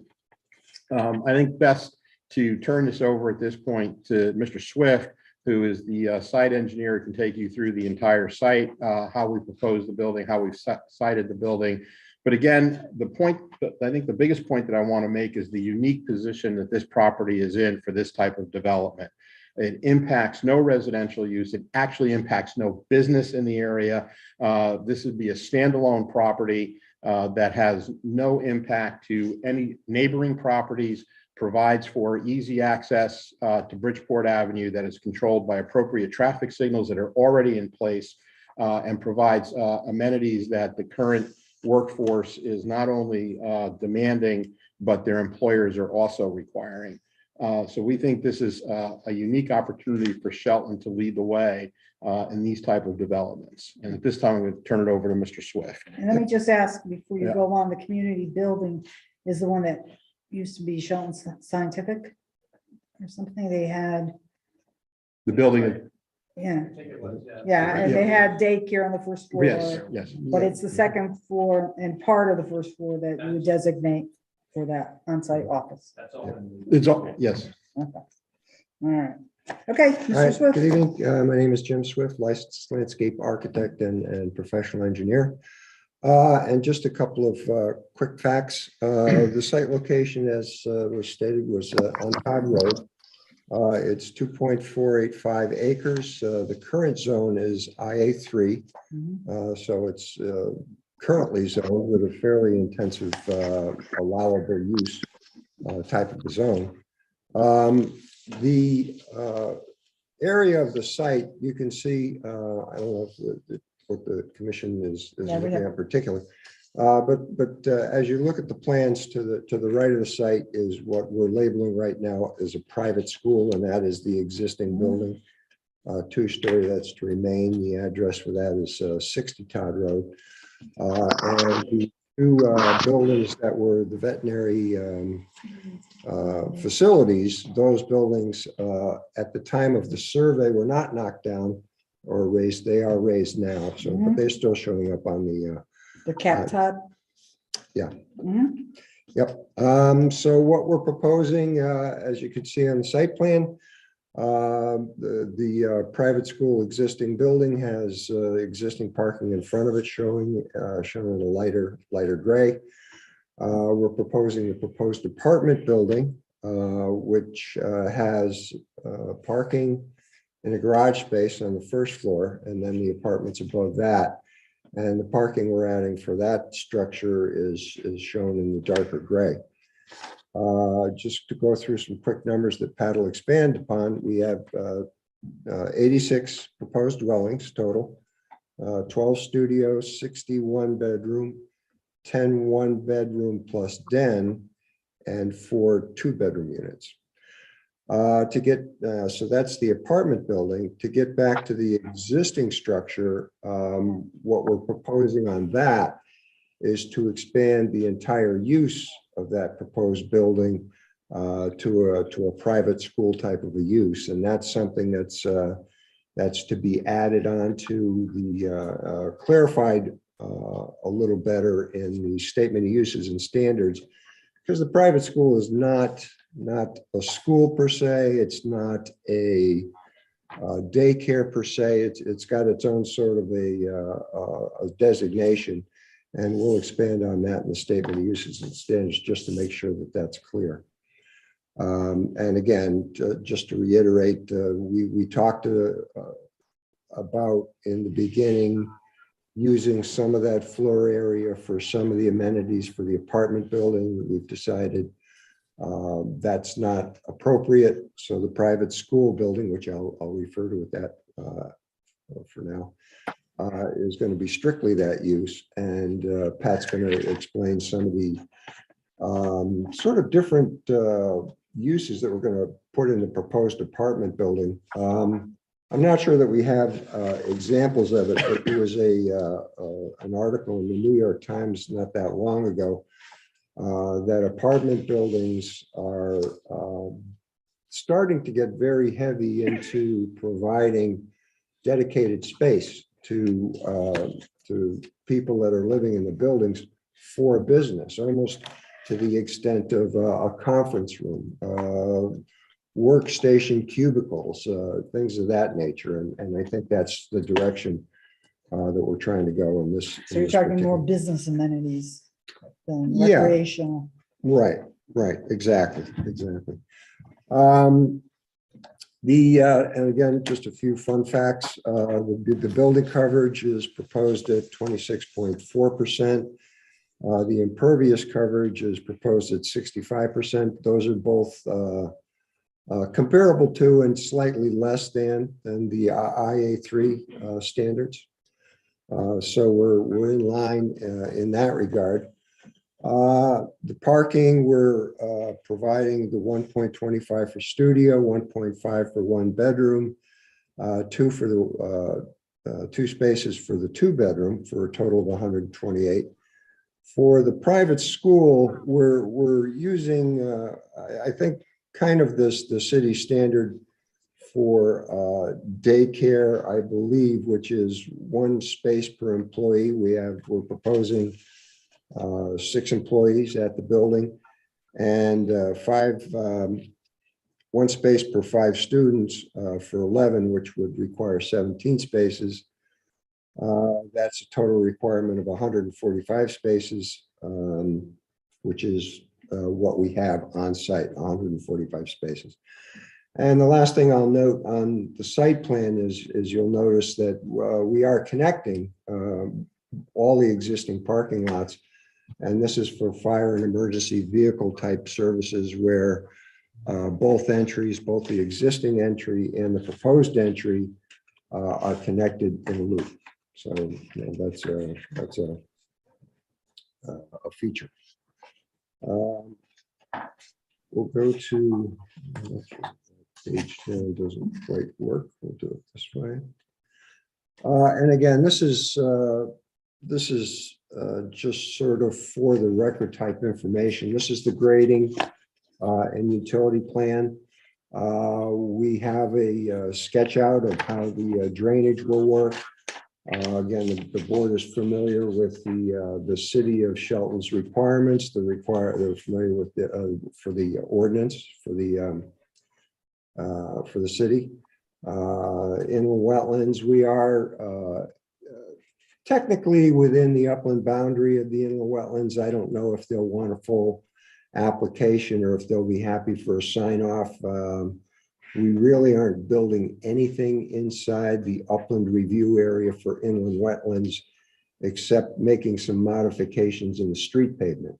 So a lot of times, the Inland Wetlands Commission, if your work in the upland review area is in already disturbed areas, they generally just sign off on it. This plan also shows how the site grades out. We do need some retaining walls, which I'll show you in more detail in a drawing in a bit. And again, for the record, sanitary sewer is available. City water is available, and all communications and electric is available in Todd Road, so there's no requirement for extensions or anything of that nature. The soil erosion control plan has been provided. Again, this is a technicality. The soil erosion control plan is pretty straightforward. We don't have any wetlands on the site. We don't have any water courses on the site. So it's going to be fairly easy to control that sort of issue. The landscape plan has been provided. Again, this is initial development concept plan, so this will be fleshed out in much greater detail should the commission hopefully decide to approve our plan development district application. But it is provided for the commission to review. And then the last drawing is a section through the site. It's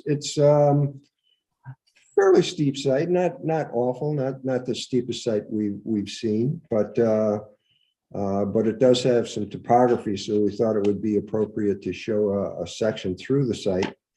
To the left of this section, you see the beginnings of the vegetation in the woodland that separates us from Bridgeport Avenue. And now we have to start balancing our site for cuts and fills. We do have a precast concrete retaining wall that will be on the front property line. If you refer back to the landscape plan, you'll see that there are some trees that are right adjacent to Todd Road. I believe 3 or 4 of them that fall in that area. They're obviously not reflected on the section because they didn't fall where the section was taken.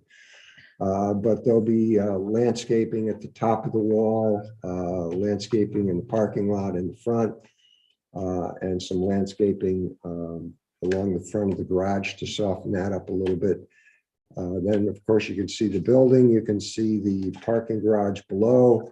We do need a retaining wall in the back, which this section was also done not for the edification of the Planning and Zoning Commission, but for our own uses to say, okay, we've this is sites a little bit tight in certain areas, and we wanted to be certain that what we promised you we could build and how we showed it we would build it was feasible, and that's why those retaining walls are shown in a little bit of detail. Mr. Swift, this dotted line here shows the slope. I'm sorry. This dotted line here, Yeah, the dotted line is the existing grade. so that you require blasting. We expect some blasting. We don't know. Interestingly, if you look at the wall that's towards the back of the site, what we show there is a retaining wall and a wall that's part of the structure, as if we didn't have any rock back there at all. So if there is blasting, that would be replaced by a rock cut. And if we're lucky, there won't be any rock. But on the other hand, if the commission was to drive by the site right at the moment, and they looked to the right of the existing building, they can see some exposed ledge. So yes, the bottom line, will there be blasting? Yes. You gotta do test bits. Sorry? You do test pits or what do you do? We'll be doing test pits if, you know, hopefully as we get to the detailed development plan, Mhm, we'll be doing test pits of that nature so that we can quantify it. mhm. But this section shows that with or without rock cuts, we can build as we promised we can build, even if we have to build it with retaining walls. Is there any concerns about the business that's up on top on Oliver Chairs that? No, would be- they're significant distance away, Mhm. and they are not Would close be to. impacted? Right. Okay. How about falling rock? Goes About back falling rock? Falling rock. the rear apartments on the first living level. They're gonna look at the retaining wall 8 feet away. Yes, he said. Yes. Yes, you know, there's other things we can do with this retaining wall, Tony. There are retaining walls of this kind of a mass that have planting pits located in them. So that's a possibility to use back there to soften that up a little bit for those apartments. And again, you know, just your statement alone, asking me the question tells me that that's something you'd be interested in seeing. I can't imagine anybody out there watering those plants in the, I don't know. Something of that nature, you'd want to put drip irrigation in. Yeah. Yeah. And some very unusual plants.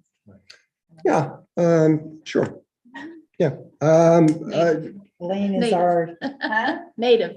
Well, I Well- just don't know what you would, but I'm interested. I mean, just saying, I'm not familiar with that. Sure. I mean, you know, things like ivies, we'd be looking for cascading plants in a situation like that. Maybe mixed up a little bit with some upright that don't get too large. So a mix. Yeah, the roots don't eventually affect the wall. No, because the wall is built to intended for that purpose. And the wall is what, concrete blocks? It's that are- precast concrete look like blocks with stone. areas in it. And the reason you're going to need drip irrigation is because there'll be a footing drain and drains towards the back of the wall to protect from hydrostatic pressure from pushing the wall over. So, you know, you would need the drip irrigation. is it somewhat as if you were taking a cinder block and turning it on its side so that the openings are? Yeah, sort of. Yeah. Jim, will you be doing a soil study to confirm the rock aspect, the rock removal? Yeah, when we do the borings for the building, you know, we might even, we'll not might, I mean, we'll add another line of borings, you know, 10 to 20 feet off the back of the building to develop a rock profile. And if the rock profile is high enough and shallow enough, then that 8 feet dimension that I'm giving you there could go further. You know, if we don't have to worry about, you know, Tony, that the slope that you see on the top of that wall on the back of the building, that's a 2-on-1 slope to a 4-foot depth. Okay, because I'm a huge believer ever since a certain project on River Road, I think we all remember directly Oh, across. yes. Yeah. So, you know, that's an estimate, but you know, if the rock is got 1 or 2 feet of overburden, that changes the game. And we're going to want to do a rock profile lineally along the property line to get a handle on that. And we may like the experience with some of these rock cuts though, Jim, are that you really can't rely on them. You know, they're having issues in other parts of the city where rock that they never figured was going to be loose. Sure. We're getting spalling of them, you know. Sure, but I like to make sure that I've got a handle on that. I'll give you an example of that is well, first of all, if we need a geotechnical engineer to control that sort of thing, then we will. But I'll give you an example. We looked at the rock next to across the street from what am I looking for? Nancy's Tree Service is using the site. Chavez Bakery. Right, and that's a very, very clear rock grain and profile. And I never would have proposed a rock cut on that at 6-on-1 because it's not stable. You're gonna do a slope on that rock cut that follows the grain of the rock, period. And you're not gonna fool around with doing it any other way. And the same with the one up the street next to the Shelter Ridge project. We had a very good, clear profile of that. So I don't want to beat that horse to death, but yeah, I understand your point, Tom.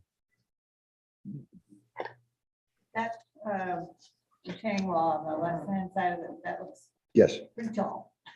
Yep, that, and it's specifically picked. I did this section specifically at the highest point of what that wall is. Which is what? I believe that one is probably 14 or 14 feet or so. Yeah. But And that if, carves out a scale, but if we go back to the grading plan, and I'll show you that wall starts right about at the existing parking lot of the private school and ends about a quarter of the way into the proposed apartments. And so at either end of that wall, it's sloping down to get back to grade. So the height of that wall at its largest is 15 that feet. height. And that's taken, right at that section line that you can see in the little okay. plan view area there. So the parking butts up to the cliff there. Yeah. Yeah. Jim, have you discussed that wall with the city engineer in view of its proximity to the street line? I have not, and I specifically kept it out of the street line. I know, right at the street line. Yeah, but If he's something, got if his. something happens to that wall, it affects the street.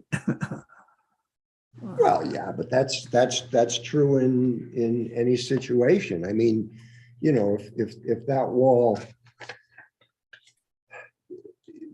the days of building those kinds of walls out of wood cribbing are dead. I mean, these kinds of walls. Landscape piers? I'm sorry? Landscape piers? Yeah, I mean, you remember the condominium over in Derby that had wood retaining walls right against the street. On Derby Avenue. Oh, yeah. On Derby Avenue. I mean, that was a little bit on the crazy side. The question is whether it ought to be modular block or poured in place concrete, Well, poured in place concrete has its own failures. The beauty of these stacked block concrete walls is that there's a fabric that extends into the ground. When you get over 4 feet, you've got this fabric that extends into the ground. And that fabric for a 14-foot high wall can extend into the ground for 10 or 12 feet. And that doing that makes that whole thing monolithic. So the wall doesn't fall over and it doesn't slide. So Before I forget, what's the grade for the driveway? the grade for the driveway is 12% on the new section. It has a flat 3 to 5% grade where it approaches Todd Road, so that it doesn't go 12% right straight down into Todd Road, but it's 12% coming up that side. On the new side. Where is it 12%, Jim? From about, I'm gonna say 35 to 40 feet in from Todd Road, up to where it meets the driveway for the garage parking. Okay. And if I go back to the site plan, you can see that at the top of that driveway, I've got some parking spaces. I'm not gonna park on 12%. So that 12% eases off into 5% well before we get those parking spaces. Is it the 12% to the existing building? That's even more. Okay, so Yeah. 12% is for the new driveway. Right, yeah, the existing driveway to the existing building is what it is, and there's not a lot. No, that we but I know what the existing looks like. So. Jim, just for comparison's sake, do you happen to know what the grade is on the existing driveway going into the private school?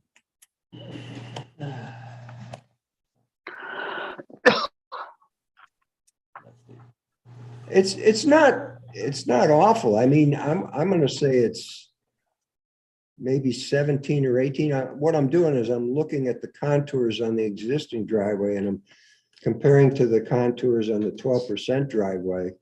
Yeah. Because we don't have anything scale here, like sometimes we do with paper presentations. I know it was pretty. I'm gonna say it's less than 20%. It's very short. And it's very short. Oh, I'm going up it. You're not like this one. Okay, what else you got for us? I'd like to turn it over to Pat. I will. No, well, I'm just going to. Slide the computer Go to. I'm looking just to change the.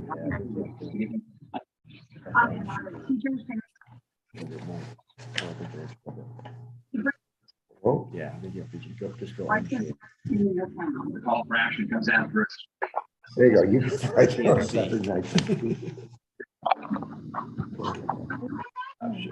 Tony, that's. I'm sure. And then we're gonna No, there's somebody else on there. Okay. Please shut up and sit down. State Senator Lee Wexler joined. Why do we have May Fletcher? Somebody else is on that's not muted. Yeah. If you are not making a presentation to the commission, would you please go on mute?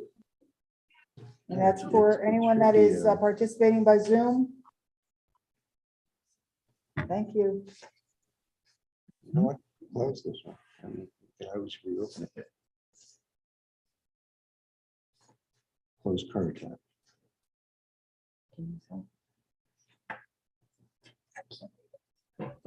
There you go. So now you'll go through the entire, all of yours. No, I know, but it's not showing up. That's the problem.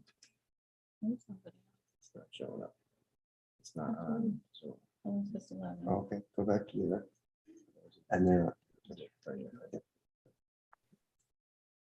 There we go.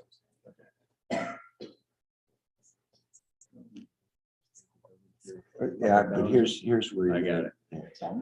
Thank you.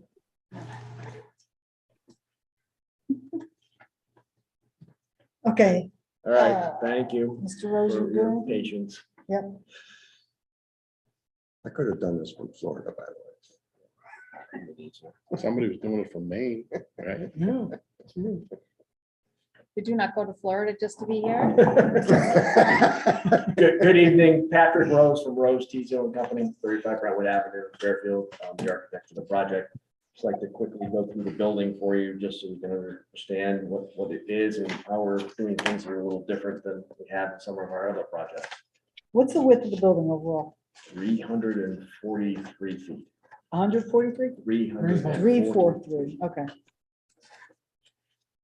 What you see before you is a garage floor plan. There are 52 parking spaces in that garage. They're covered. Yeah. 6 accessible spaces in there. You've got a lobby that center of the building, elevator, drop off to that lobby. Adjacent to that, you have a dog wash room, you've got sprinkler room, electrical areas in this center section. What we're doing on either side of the building, there's a stairway in this location, stairway in this location for egress. And then on this end, which is very close to this exit and entrance to the garage, there is the trash room. We'll have a trash chute in the building, dropping down into this room, and then the pull-out containers go back in a low boy low weight truck can pick up the container and take it away. The orientation of your drawing is not what I have from the internet online. Is Should there be this, it's the something? exact same thing that was provided to Alex. Okay, I like to see the curve. And everything's like upside down. Isn't that? That does look like. It's upside down. No, it is, no, turn with the, Yeah, but when you look at the words, covered parking is upside down. yeah. The one that was provided to Alex was like, the original ones we had were upside down. I Okay. changed them because I figured nobody's gonna figure it out. And the new ones that were submitted, back in the beginning of August, I flipped the building around, so it's the same orientation as Jim's site plan. Okay. That was my fault.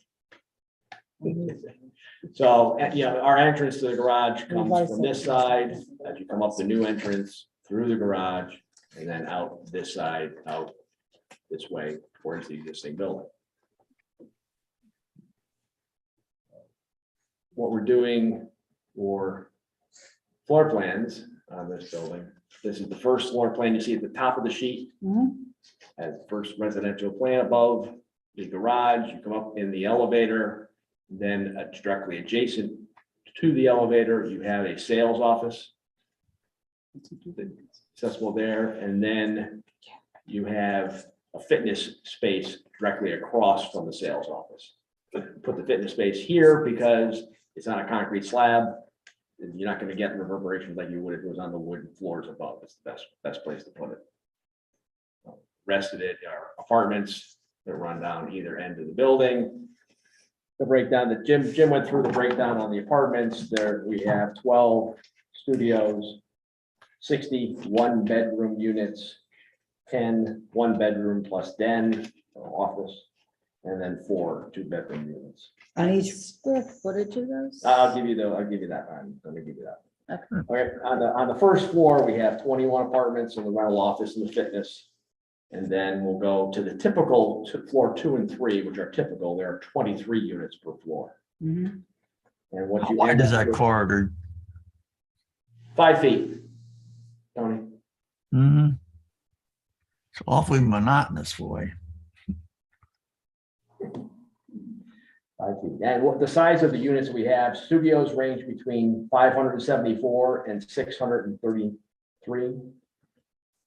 One bedrooms range between 700 and 800 square feet. One bedrooms plus den are 1,100 square feet.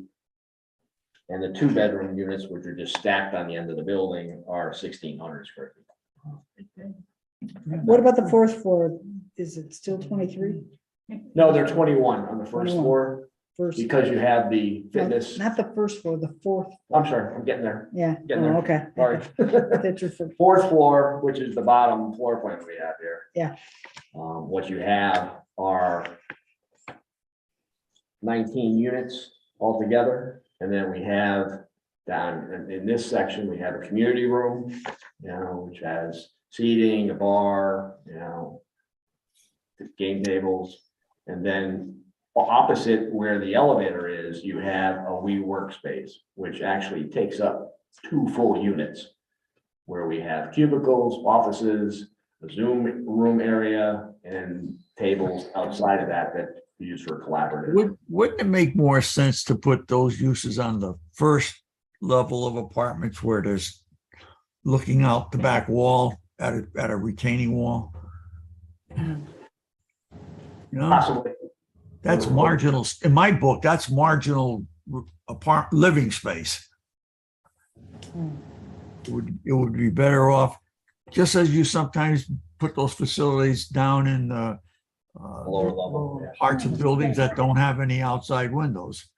Good, that's a good suggestion, Tom. Also, next to the WeWork spaces, we have a conference room. So, the shared spaces, from here to here. Yeah, that's better than 50% of the building. About a third. In terms of length, About a third. Yeah, you got a third here, a third on the other side. Yeah, it's almost 50%.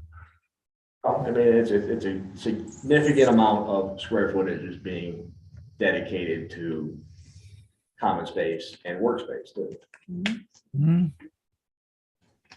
Where are you have all ones and twos, you said, Jim? We have, the majority of it are one bedrooms, actually. Okay. You have 70 one bedrooms, and you have 12 studios and 4 2 bedrooms. So the majority are one bedrooms. Where are the 2 bedrooms? They're in the same place each floor? Correct. On this end of the building, this is a Okay. 2-bedroom unit, way at the end of the building. That's That it. whole end, the entire end of the building? It runs from one side to the other, you know. Yeah. It's a nice big unit. Oh, I see. Yeah, the Only door. 2 bedrooms there. And there's Okay. 1. So the door is opposite, It goes the other way. Yeah, You yeah, go to it's the gonna- end and you it's this go way. either width of the building is Okay. basically.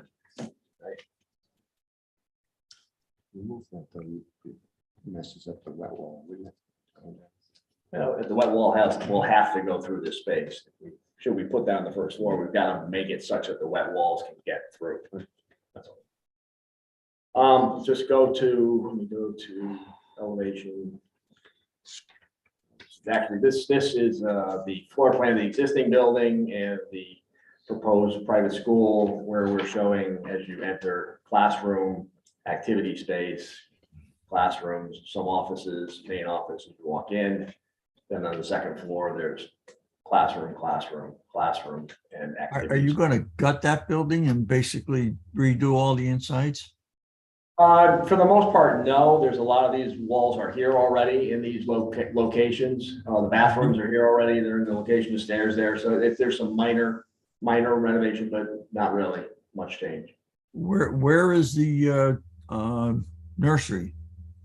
The daycare? There is no daycare. I mean, the Oh, daycare. that's out of the plan now? There's out of the plan. It will be a private Okay. school. It'll take up the whole building. Okay. The whole building The is now, whole 2 floors, the building will be a private school. oh, okay, so these So offices are not. That term for mixed, that No, term no. mixed use really is not mixed use anymore. It's one use in one building and another use in the other building. It's mixed use on the site. Let's put it that Yeah, way.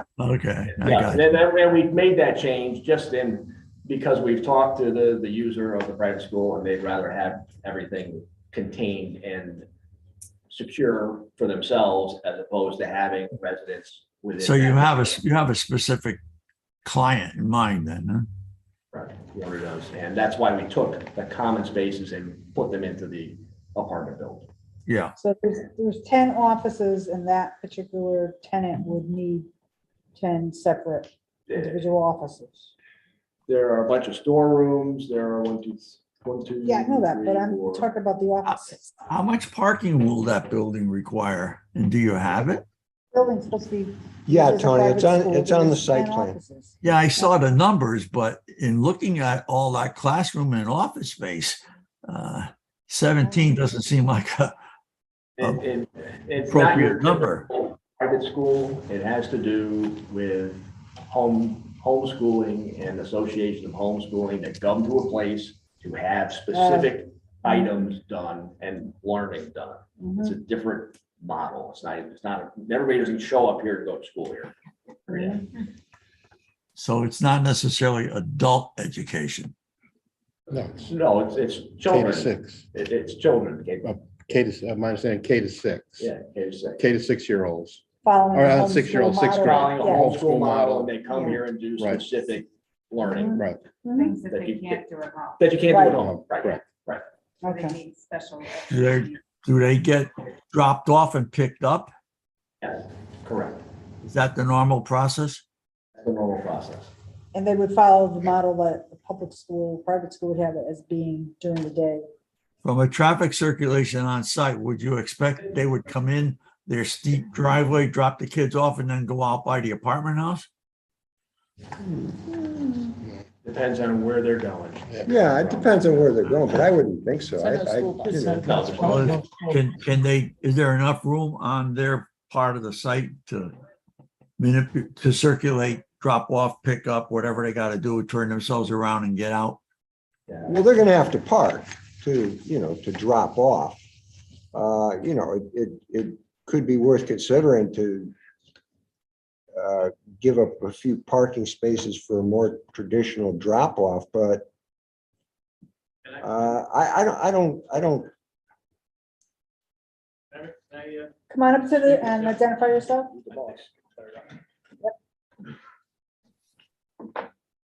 Can you hear me? No. Turn this. Yeah, go ahead. Yeah, because the line's better. Joe Salem, 31 Sound Ridge Road, Shelton. Mhm. Good to see you, Tony. Same here, Joe. Commissioners, thanks for your time tonight. Mhm. The school, it was a daycare for years, and it was drop off and pick up just like that. So they had no problem coming in and out of that driveway. They would pull in the parking space. Yeah, they pull in the parking space, they drop their kid off, and they turn around and they leave. Mhm. This school I'm familiar with because my grandson, I went there last year in Seymour, and it was smaller, and she's growing very rapidly with this new concept of homeschool PEA. It's a private education association. I'm going to ask actually the city for a favor if we could maybe expedite a certificate of occupancy for her because it was confusing. We assumed it because it was a daycare originally that it was just going to be the same daycare, but it's not. There's some technical issues there. That's for some reason no one identifies it, and well, because it's new, but the state of Connecticut doesn't identify it as a school and or daycare. It's a private education association. It's a homeschool member type of membership. Apparently getting pretty popular from what's going on with the school districts and things like that. But it's what you said, they go there for specific training, science classes, things like that. But most members are homeschool certified. I don't want to really get any further into it because I don't want to give you any incorrect information because it's pretty new, but So they're not state licensed. I don't think they are. That's why they can't get it. They can't provide a license like a daycare that the city would require. Would it be the typical number of students that they had in the daycare situation, same numbers? Similar, yeah, but it's all drop off. They don't require, like the place where they were, where I was dropping my grandson off was the Valley Health Building in Seymour on Bank Street.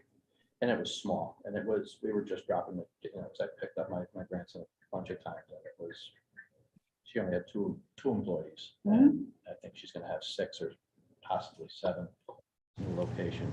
And then other than that, it's 5 or 6 spaces for drop off and pickup for the kids. The particular kid probably wouldn't be there every day. No. Yeah. A And lot I of guess the parking space. would be off, the residents would be parking at night more than during the day. Yeah, this will be so completely empty at night. all that shared And parking. some of the bigger rooms there are actually like playrooms, activity rooms. So they're not classrooms. So it's not going to be full with like classes and desks, that are going to fill that up. They'll only have probably 1 or 2 classrooms, and then the rest of them will be amenity rooms. And she just asked that she had the rest of the building for storage, and it was a security issue as well for her after a couple of things that happened with the schools. We were talking, and she said it would be just better for her if she could have complete security issues with who comes in and who comes out through automated electronic entry. Key fob. Yeah. So after talking with her about that, we decided to shift over the business amenities, which were, by the way, I think recommended by you guys, which was a great idea. The more we looked into it, the more we found out how big of a demand it was for apartment dwellings. It's very popular now, but so shifting the number of the office units over to the apartment building actually worked out good because we were a little too many units for our parking. So when we moved the business amenities over, we just reduced the number of apartments and included all of the business amenities in the same apartment in the apartment building. So these make more sense. kind of does, yeah. And so we think it worked out well that way. But I just wanted to kind of clarify the school. The school uses co-ed bathrooms, huh? No, there's a bunch of bathrooms. There's all bathrooms and there's the kids sections. It's one here, Yeah. multiple bathrooms. Yeah. There's one here, bathroom No, there would be designated ones Yeah. for sure. Mhm. No, doesn't have to be, right? Yeah. That's their Oh, yeah, business that's model. family. That's the business model. Yeah. No law, or actually, there's a law that says you can. Well, yeah, and that's, Could we look at the, one of your typical floor plans of the apartments, the apartment house? Not the individual unit, I mean the composite floor plan. Yeah. Trying to figure out if there's any way you can break up the monotony of that long hallway, boy. Is it possible to recess doors anywhere? you can Doesn't look look, at it. doesn't but look you like don't- it offhand. And you don't, it doesn't work always, and it makes it a lot harder to build when you recess the doorways. But you can do, we can do things, you know, we do this all the time when we do long corridors, you break them up with little projections in the hallway, with the head that cuts down, so you. Just jogs. Yeah, you jog, you It's like keep some of going the through it. suites, you just keep going down this Yeah. never. Yeah. ending hallway. Yeah. Exactly. But let me just go through the material of the building, you know, the design of the outside of the building is a little different than what we've done previously. Joe wanted something that's a little more contemporary in design. So what we've done is created a building's got, while it's 4 stories, you know, above parking, we've used a bunch of different materials in order to break up that facade. And if you look at the outside of the facade, there's a bunch of bumps as you go down that building. What we're doing is using brick, you know, brick areas. Over this entry, that's brick. Over here, this is brick. This one is brick. And then we're using metal panel. This is a wood look metal panel here, which ends up being, you know, fairly warm looking, you know, material, you know, in these locations. And then above that in the upper areas, we're using a horizontal ribbed metal panel that are out mostly on the 4th floor, some project down to the 3rd floor. Are those just lines or is that clapboard style?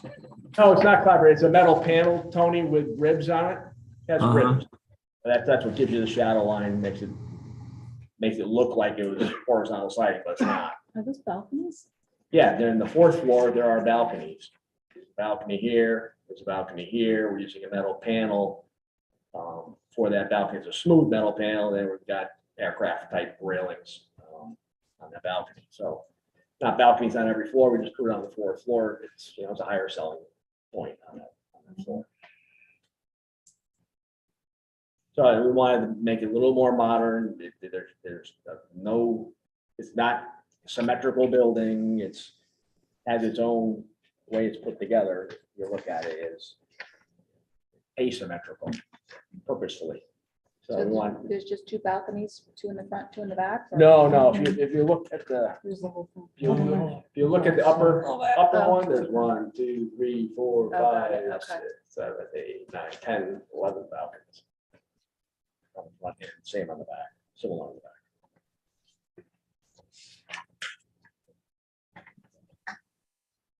Right, I think that for the next hearing or next meeting date, we'll have a rendering for you that shows you exactly what it's gonna look like. But I was just put some color on there so you can see the different materials. See the changes, not gonna be a monolithic one building. It's in and out, different materials. Can you bring samples of what you're proposing? Yeah. Small ones. Yeah. Is that the parking level going to be wide open or are you going to be screened? It'll be screened at the lower level, but I think I'm gonna leave it open because I've got a retaining wall on the backside, Tony. I really need the fresh air to get into that. lower Yeah, part. I realize that. But I've got a brick, there's a concrete wall that we're gonna use stucco on that's on the lower level portion. You can see I'm using stucco. So where it says aluminum panels, There are aluminum panels there. That's what I envision. that something where it looks like glass, we just make it curtain wall, and you just have in the areas that we don't have habitable space, we just make it a spandrel panel, so it's the same color. So there's no security at the garage level, huh? We haven't really talked whether we're gonna put gates at the garage level yet or not, and we haven't gotten that far. But if you got the back wall pretty well wide open for ventilation, doesn't make much sense. What are you proposing for garbage disposal? We have a garbage chute Oh. and a garbage room down in the garage, so everybody dumps down the chute and they take it out and dumps it. What's the overall length of this building? 343 feet. 300 and what? 20? 43. 343. Oh, yeah, I wrote it down before. You're right. He's just checking it. Yeah. Make sure it didn't grow. Shrink. Shrink. Long building. It is. Okay. All right. Anything else? That's it for us. Can you do anything to that facade to make it look like there's two wings to a building to We actually have joined to a center core or something? This piece in the middle is set back like 20 feet. You know? 20 feet? If you go to the floor plan. Yeah. I don't see it on the floor plan. Yeah, you do. This Great section if it is was, up 10 but 10 I feet. This don't is set back right here. This is set back. This is set back. So it does appear to be two separate wings broken by the middle.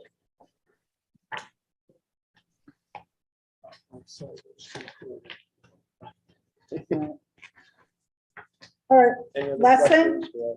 Any questions from the commissioners for the applicant right now?